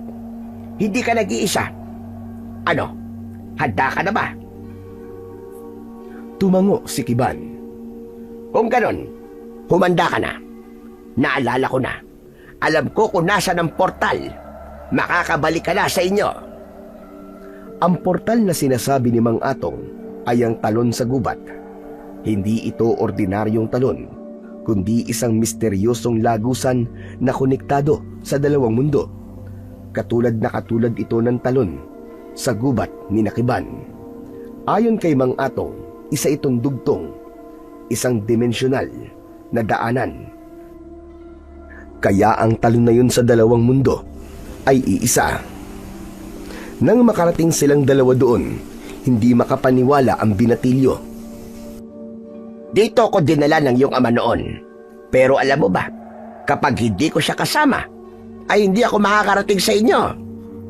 Po, kung ganun hindi kayo sigurado kung parehas nating matatawid ang lagusan na to? Hindi, pero subukan natin. Tahimik na lumapit ang dalawa. Kita sa mga mata ni Kiban ang matinding kaba. Handa ka na ba, iyo? Tumango si Kiban, sabay silang lumusong. Malamig ang tubig na bumalot sa kanilang katawan. Pagkalubog nila, narinig nilang parehas ang malakas na ugong. Parang may bumukas na napakalaking pintuan sa ilalim ng tubig. Maya-maya pa, umangat sila. Agad na nakilala ni Kiban ang kanilang lugar. Napalingon siya kay Mang Atong.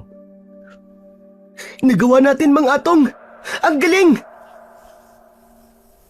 Ang dami talaga mga bagay sa mundo na hindi maipaliwanag, Kiban. Pero alam mo, ito ang paborito ko. Kaya nga po, nandito na po tayo. Ito na po ang kaharian namin, ang Lumeria. Ano, tara na. Gusto ko na ulit makita ang iyong ama. Makikilala pa kaya niya ako?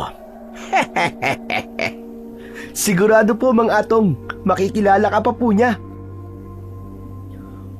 Umakyat na sila sa pampang at mabilis na tinahak ang daan pauwi sa kanila. Ngunit bago pa sila makarating sa pinakasentro ng kanilang kaharian, ay napahinto sila. May narinig siyang nagkakagulo. Mang Atong! Sandali lang. Mukhang may kaguluhan. Umakyat sila sa isang puno at tinanaw nila ang kaharian ni Kiban. Nakita nila ang mabibilis at mababangis na nilalang. Sila ang humahabol sa akin bago ako napunta sa mundo niyo, Mang Atong. Sila yung tinatakasan ko noon. Ano gagawin ko? Tutulungan kita. Huwag ka mag-alala. Tinulungan mo ko sa laban sa aswang. Kaya tutulungan din kitang puksain ang mga yan dito. Basta huwag ka lang titingin sa medalyong ko, ha? Napatawa na rin si Kiban. Kahit na seryoso ang sitwasyon, ramdam niya ang lakas ng loob na ibinigay ni Mang Atong sa kanya. Salamat po, Mang Atong. Salamat po. Mukhang ito na po ang sagot sa tanong natin. Anong tanong? Kung bakit tayo itinadhanang magkita. Ito na po yun. Tumango si Mang Atong. Kasunod ang mahinang tapik sa balikat ni Kiban. Tama ka, Kiban. Hindi ako naniniwala sa aksidenteng nagkita lang tayo. Lahat ng bagay may dahilan. Nakatadhana na ito. Handa ka na ba? Ano? Laban na? Laban na! Hindi na nag-aksaya pa ng oras ang dalawa. Tumakbo silang dalawa patungo sa kaharian. Sa kanilang paglapit, napansin ni Kiban na maraming mandirigma na ang sugatan. Ang ilan ay wala ng malay. Nakita rin niyang marami ng mga babae at batang tawyani ang bihag na mga masasamang nilalang na yon. Lahat ay takot na takot. Hindi na nagdalawang isip si Kiban at si Mang Atong. Inihanda nila ang sarili. Maigpit niyang hinawakan ang kanyang punyal. Gamit ang mga baging sa paligid ng kaharian, tumalon siya sa ere at umatake mula sa itaas. May mga pagkakataon na bigla na lamang siyang lilitaw mula sa likod ng isang puno. Sasaksakin ang nilalang sa batok, tapos ay maglalahong muli sa dilim. Para siyang aninong lumulutang sa gitna ng labanan. Gumagalaw siya ng mabilis at inaatake ang mga nakatalikod na limaw gamit ang kanyang punyal. Hindi siya basta-basta sumusugod. Pinag-aaralan niya ang bawat kilos ng kalaban. Hinahanap ang kanilang kahinaan bago umatake. Si Kiban, hindi lang lakas ang ginagamit niya, kundi pati ang talas ng kanyang isip at diskarte na natutunan niya mula sa mga araw ng pagsasanay niya kay Mang Atong. Sinanay siya hindi lamang bilang mandirigma, kundi bilang isang tagapagtanggol na marunong mag-isip sa gitna ng gulo. Samantala, si Mang Atong naman ay inilabas ang kanyang medalyon at nagsimulang umusal ng mga orasyon. Ang mga nilalang na tumitingin sa medalyon ay biglang nanghina. Ang ilan ay napaluhod sa lupa. Ang iba naman nabitiwan ang kanilang mga sandata. Napansin ni Kiban ang mga mandirigmang tawyani na nakatulala sa lakas ng medalyon ni Mang Atong. "Huwag kayo titingin sa medalyon! Ibaling niyo ang inyong paningin! Huwag sa medalyon!" Narinig siya ng mga mandirigma. Mabilis nilang inilihis ang kanilang tingin. Habang ang mga kalaban ay abala sa pag-iwas sa liwanag ng medalyon ni Mang Atong, sinamantala ni Kiban ang kanilang pagkabigla. At sa oras na yon, nagkaroon na din ng lakas ng loob ang kanilang mga kakampi upang magpatuloy na lumaban. Isa-isa nilang pinaslang ang mga halimaw. Lumaban sila, walang umatras. Kahit may ilang sugat na rin si Kiban sa braso at may galos na si Mang Atong sa pisngi, hindi nila yun pinansin. Ang mahalaga sa kanila ay mailigtas ang kaharian. Sa gitna ng laban, habang abala si Kiban sa pagprotekta sa mga ilang kasamahan nila, may isang pamilyar na muka ang kanyang nakita. Si Binyang. Sugatan ito, nanginginig at takot na takot. "Binyang! Diyan ka lang! Huwag kang gagalaw!" Mabilis na lumapit si Kiban. Itinutok niya ang kanyang punyal sa matandang pantas. Huwag! Isinaksak ni Kiban ang kanyang punyal sa halimaw na nasa likod ni Binyang. Namangha kagad ang matandang lalaki nang makitang hindi naman pala siya ang balak na saktan ng binatilyo. Napaluha siya. Akala ko ay ako na ang papatayin mo. "Hindi kita kailanman sasaktan, Binyang. Hindi ka naman kalaban eh." Naiyak ang matandang pantas na konsensya sa kanyang mga ginawa kay Kiban. Lumipas ang mga sandali. Narinig ni Kiban na nagsisigawan na ang kanyang mga kasamahan. Nanalo sila sa digmaan. Ligtas na ang kaharian ng Lumeria. Marami ang namatay sa mga kalaban at ang mga natitirang nilalang ay tumakbo palayo. Ang mga bihag ay kanilang napalaya, kabilang na dito ang kanyang amang hari at ang kapatid na si Kudog. Napatingin si Kiban kay Mang Atong. Ngumiti ang matanda at tumango. Tahimik na pinagmasdan ni Kiban ang buong paligid. Lumapit si Binyang sa kanya. Ang kauna-unahang nilalang na unang humusga sa kanya, unang tumanggi at unang nag-utos noon na siya ay ipapatay o ipatapon sa labas ng kaharian. Nanginginig ang kanyang kamay. Lumuhod siya sa harap ni Kiban at hinalikan ang mga paa nito. Patawarin mo ko, Kiban. Sa kabila ng lahat ng naging kasalanan ko sa iyo, tinulungan mo pa rin ako. Iniligtas mo ko sa tiyak na kamatayan. Patawarin mo ko, Kiban. Patawarin mo ko. Hindi nagsalita si Kiban. Bagkus, mahinahong lumapit siya. Hinabot ang balikat ng matanda at itinayo ito. "Ayoko na pong mabuhay sa galit. Wala na po akong hinanakit sa inyo. May dahilan kung bakit nangyari ang lahat ng to. Kung hindi po nyo ginawa mga bagay na ginawa nyo, baka lahat tayo dito ay napaslang ng mga halimaw na yon." Samantala ay lumabas sa kaharian ang hari at si Kudog. Lumapit silang dalawa kay Kiban. Anak ko, ikaw ang nagligtas sa amin.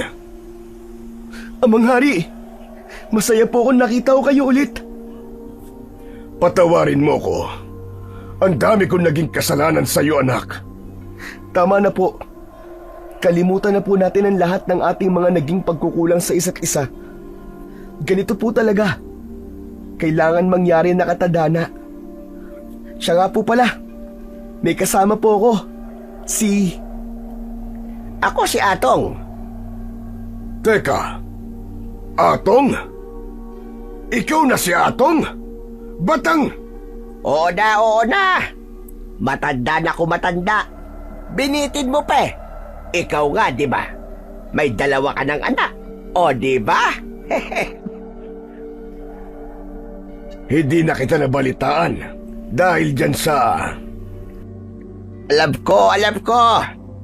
Masaya kung nagkita tayo ulit, Matos. O ano, tama ba? Akala mo nakalimutan ko ang pangalan mo, ha? Nagyakap ang dalawa. Masayang-masaya sila sa kanilang muling pagkikita. Iniutos na agad ng hari na ayusin at linisin ang kanilang kaharian upang magkaroon sila ng pagsasalo. Ipinagdiriwang nila ang kanilang tagumpay. Bibigyan nila ng pugay ang kanilang mga bayani. Samantala si Kudog naman ay nasa likod lang ng kanyang ama. Hindi ito makatingin sa kanyang kapatid. Kuya Kudog, payakap naman oh. Ibig mong sabihin hindi ka galit sa akin? Hindi kuya. Mahal kita. Hindi ako magagalit sa'yo kahit kailan. At nagyakap na nga ang dalawa. Samantala, pagkatapos ng laban, ang lahat ng mga mandirigma ay ginawaran ng parangal, habang ang mga namatay ay binigyan ng marangal na libing. Sa gitna ng pagdiriwang, pumagitna si Binyang, bitbit ang aklat ng propesiya. Nagsalita ito sa harap nilang lahat at tinawag si Kiban. Nagsinungaling ako. Hindi si Kudog ang itinadhanang maging hari, kundi ang sanggol na may marka sa kanyang mga kamay. Si Kiban, siya ang totoong tagapagmana ng kaharian at susunod na pinuno natin. Ano ka mo? Bakit? Nagsinungaling ako dahil napanaginipan kong si Kiban ang papaslag sa akin. Kaya ginawa ko ang lahat para mailayo siya dito. Patawarin niyo ko. Lalo na ikaw, Kiban. Inuwa ni Kiban ang aklat at doon ay binasa niya ang nilalaman nito. Nagulat ang lahat nang marinig ang totoong nakasulat. Hindi na nga nagsisinungaling si Binyang. Ayos lang kung parusahan niyo ko ng kamatayan. Tatanggapin ko yon nang maluwag sa aking dibdib. Wala pong mamamatay. Walang mamamatay mga kasama. Binyang, pinapatawad na kita. Nagsigawan ang mga kasama nila. Tinatawag siyang hari. Isang haring mabait at isang haring mapagpatawad.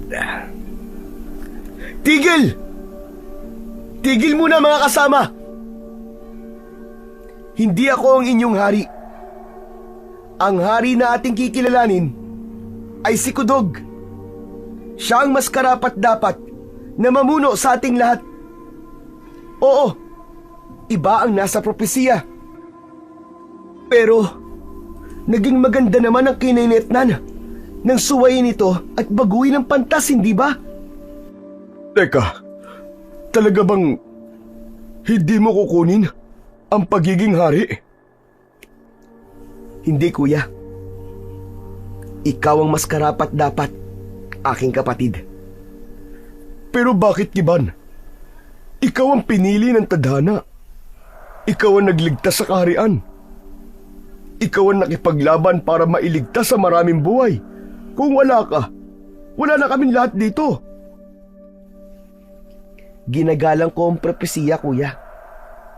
Pero hindi naman nasusukat doon ang pagiging hari. Kilala kita.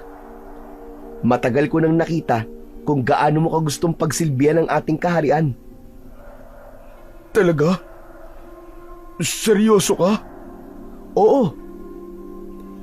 Hindi ko hangad ang korona. Para sa'yo yan. Mahal kita, kuya. At noon ko pa gustong sabihin na kapag naging hari ka, ipagmamalaki kita. Masaya akong susuportahan ka, kuya. Kahit naging masama ako sa'yo, kahit na minsan sinabi ko sa ating ama na dapat akong palayasin sa kaharian na to? narinig mo yun? Tumango si Kiban, ngunit ipiniliwanag niya sa kanyang kapatid na ayos lang yun. Wala na talaga siyang sama ng loob. Lahat tayo ay may kahinaan.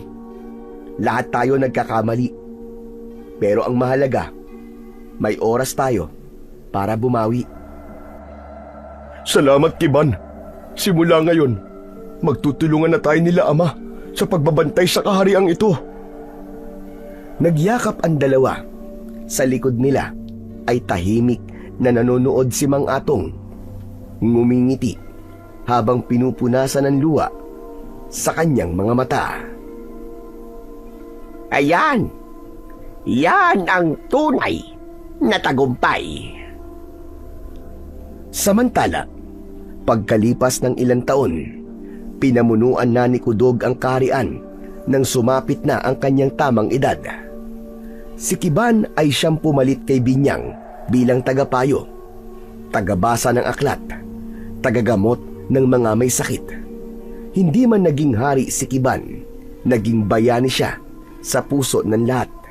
At sa tuwing may bagong panganay na isisilang sa kaharian, palaging may nagngangalang Kiban bilang pag-alala sa kanyang kabutihan. Si Mang Atong naman ay nanatili doon. Paminsan-minsan na lang itong umuuwi sa mundo ng mga tao. Dahil sa kahariang yun, ginawa siyang tagapayo ng hari sa mga usaping espiritual at mahika. Ngunit madalas silang umaalis kasama ang dating hari. Naglalakbay sila, nagsasaya at naglilibang. Sinusulit ang mga araw na sila ay magkasama. Masaya silang muling naipagpatuloy ang kanilang pagkakaibigang minsan naputol dahil sa gulo at hindi pagkakaunawaan. At sa kahariang minsang nayanig ng gulo at takot, ngayon ay naghahari na ang kapayapaan, pagkakaunawaan at pagmamahalan. Wala nang humuhusga at ang lahat ay nabuhay ng masaya.